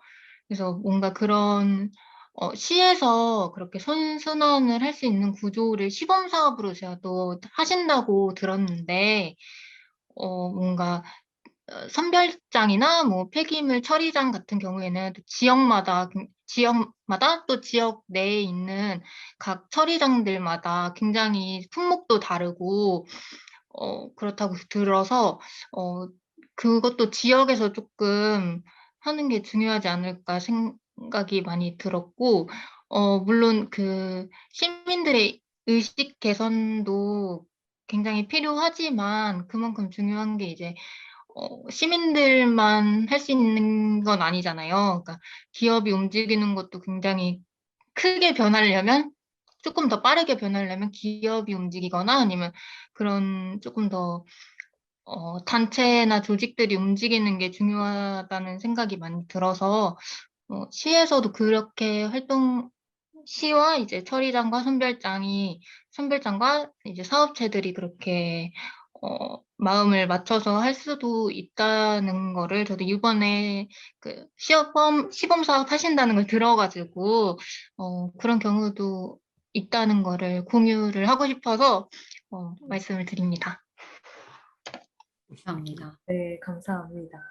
아, 저는 지금 말씀해주신 어떤 되게 양성화된 좋은 사례 말고 이번에 연구를 하면서 좀 음성적인 폐기물 처리 시설의 현장을 좀 봤는데 우리가 뭐 재활용을 열심히 해도 그게 실제로 그 재활용으로 활용되는 비율은 굉장히 낮다. 뭐 이런 이제 얘기들도 많이 나오잖아요. 물론 이제 소비자가 그것을 배출할 때 잘 깨끗하게 해서 배출을 못하는 부분들도 있지만 이 폐기물 처리 시설에 종사하시는 분들이 굉장히 저임금으로 굉장히 아주 힘든 노동으로 이렇게 일을 하시다 보니까 이거를 선별을 하는 그 비용이 이제 더 많이 들기 때문에 그냥 빨리 막 엄청 하는 거죠. 그러니까 이제 그 재활용이 안 되는 부분들도 있어서 그리고 또 그 업무 환경도 되게 그 지하 이건 진짜 문제인데 우리 특히 이제 매립장을 사용할 수 있는 그 연한이 얼마 안 남았기 때문에 그 자체적으로 지자체별로 이 폐기물 처리 시설을 만들어야 되는데 거의 지하에 만들더라고요. 그래가지고 뭐 여름이나 이런 때는 정말 그 덥고 그 숨 막히고 습기 많은 그런 환경에서 열악하게 이제 노동을 하시는데 이런 부분들이 이렇게 음지에 있는 걸 위로 끌어올려서 우리가 충분히 비용을 좀 지불을 하고 폐기물 처리를 해야 되지 않나라는 생각이 듭니다. 이거는 쓰레기 종량제 봉투 더 비싸져야 된다 이런 부분이랑도 좀 연결이 될 것 같고 그렇게 되면 우리가 폐기할 때 그냥 좀 생각 없이 버리지 않고 좀 생각을 하면서 또 버리게 되겠죠. 그래서 그런 것도 이제 인식이 좀 확산이 돼야 되는 부분이라서 지역의 역할이 중요할 것 같고, 아까 강재원 선생님이 말씀하신 어떤 경험의 중요성? 그 부분 되게 큰 것 같아요. 그러니까 어떤 우리가 아예 지금 이런 자본주의 시스템 하에서 이제 우리는 이미 대응은 끝났다, 틀렸다, 이런 이야기들도 이제 많이 하는데, 어떤 부분을 이거를 어떻게 그러면 어떤 더 나은 삶을 제시를 해줘야 되잖아요. 그랬을 때 그 되게 어떤 나눔의 즐거움, 되게 어떤 마을 공동체의 조금 더 다시 활성화, 다시 살아나는 것, 이런 것들이 우리가 물질로부터 누리는 것들을 좀 포기하고 가져갈 수 있는 것 아닐까. 근데 그게 좀 경험을 통해서 나오는 것 같아서 강재원 선생님 말씀해 주신 것도 굉장히 중요한 것 같습니다. 좀 하소연을 하자면 개인적으로는 되게 답답한 부분이 그러니까 이제 쓰레기는 직매립하는 시대는 이제 끝나가고 있고 그럼 결국에는 소각장이 어딘가엔 더 들어서야 되는데 인천 같은 경우는 이제 박남춘 시장이 내세우는 게 환경특별시라 그래서 기존에는 인천 청라지구 인천의 특정 지구에 경기도, 서울, 인천에 쓰레기가 다 모였었는데 박남춘 시장은 이제 그거를 중단을 시키고 각자 발생한 쓰레기는 각자 처리를 하도록 하겠다라고 주장을 하면서 인천시에도 그러면은 그 새로운 소각장이 더 들어서야 되는데 깨끗한 처리를 위해서는 근데 또 지역의 반발이 엄청나단 말이죠. 그러니까 그래서 저도 이게 답이 없다라고 느끼는 게 결국에는 정치인이 사실 쉽지 않은 결정에도 뭔가 마음을 먹고 저렇게 하겠다고 하는 사람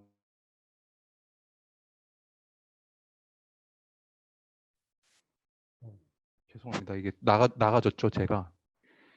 그래서 되게 답답하더라고요. 결국에는 잘 들리시나요? 혹시 제가 중간에 나가져가지고 네네, 잘 되게 들립니다. 네. 이게 답이 없다라는 생각이 요즘에 되게 많이 드는 것 같아요. 그러니까 이게 인천의 문제뿐만 아니라 결국에는 시간이 지나면 전국의 문제가 될 텐데 이거는 어떻게 해야 될까요? 답이 없네요, 진짜. 너무 답답합니다. 여기까지 제 하소연이었습니다. 아까 변호사님 말씀하신 그 쓰레기 선별장의 노동 환경 이런 부분에 대해서 그 서울 개선에 대한 진정을 내본다거나 이런 것도 가능할까요? 좀 굉장한 좀 기본권 침해의 좀 여지도 있지 않나 싶은데. 근데 이제 거의 그게 민간업에 네. 종사하시는 분들이셔가지고 이게 그 아시다시피 이게 그 국가인권위원회 진정은 이제 평등 그권 침해 외에는 그 정부를 상대로 피진정의를 해야 되잖아요. 그래서 음, 음, 조금 고민이 드네요. 네, 알겠습니다. 어, 오늘 이제 벌써 9시가 넘었는데 저희가 네, 꼬박 2시간 동안 네, 강의를 진행하고 네, 열띤 질의응답 시간도 가졌던 것 같습니다. 네, 줌으로 이렇게 좀 강의를 진행하는 게 여러모로 좀 진행도 좀 서툴고 서로 좀 어색하고 그런 것도 많았는데 네, 오늘 정말 그래도 질의응답 시간에 네, 좀 활발하게 서로 대화 나누고 네, 그럴 수 있어서 좋았던 것 같습니다. 네, 감사드리고요. 좀 마지막 마무리 이야기를 좀 변호사님이 해주시고 네, 네, 끝내는 걸로 할까요? 네, 네, 이렇게 긴 시간 이렇게 함께 해주셔서 감사하고 그 좋은 점은 제가 지금 전주에 이제 서울 가야 되는데 전주에 있는데 이렇게 뭐 이렇게 컴퓨터만 보면서 다양한 지역의 분들과 같이 할 수 있는 게 너무 좋은 것 같고 이거는 사실 코로나 시대가 끝나더라도 이런 부분은 계속 가지고 갔으면 좋겠다. 이거 온실가스 감축의 측면에서도 가지고 갔으면 좋겠다라는 생각이 들고 그 그러니까 우리가 뭔가 희생해야 된다. 우리가 이제 막 그렇게 쪼여야 된다, 긴축해야 된다 이런 관점이 아니라 이 새로운 문화, 뭔가 물질에 너무 의존하지 않고 이런 게 되게 멋있고 쿨하고 훨씬 더 재밌고 되게 뭔가 더 즐거워라는 거를 우리 스스로 한 명 한 명이 되게 전파하는 사람이 돼야 되지 않을까. 그래서 그 뭐 green is new black이라고 그러니까 그 블랙이 되게 시크하고 멋있는 색깔이잖아요. 근데 이제 초록이 이제 블랙이다라는 그런 문구를 저는 좋아하는데 우리가 뭔가 무슨 죄송합니다. 전도하듯이 막 이런 게 아니라 저거 되게 멋진데 이렇게 좀 다 우리 한 명 한 명이 되게 멋있는 자원순환 생활을 하고 온실가스 감축을 해 나가는 것을 다 같이 했으면 좋겠습니다. 아무 말로 이렇게 마무리하겠습니다. 아, 너무 감사합니다. 네, 오늘 긴 시간 수고 많으셨습니다. 네, 네, 어, 감사합니다. 네, 또 뭐 더 얘기 해주실 거 있으신가요, 변호사님? 아니에요. 네, 네, 오늘 참여해 주셔서 감사하고요. 네, 네. 네, 3, 4, 5강에서도 계속 뵙고 마지막에 네, 저희가 준비한 선물을 전달해 드릴 수 있도록 되면 좋겠습니다. 네, 오늘 정말 감사합니다. 또 연락드리겠습니다. 감사합니다. 네, 감사합니다. 감사합니다.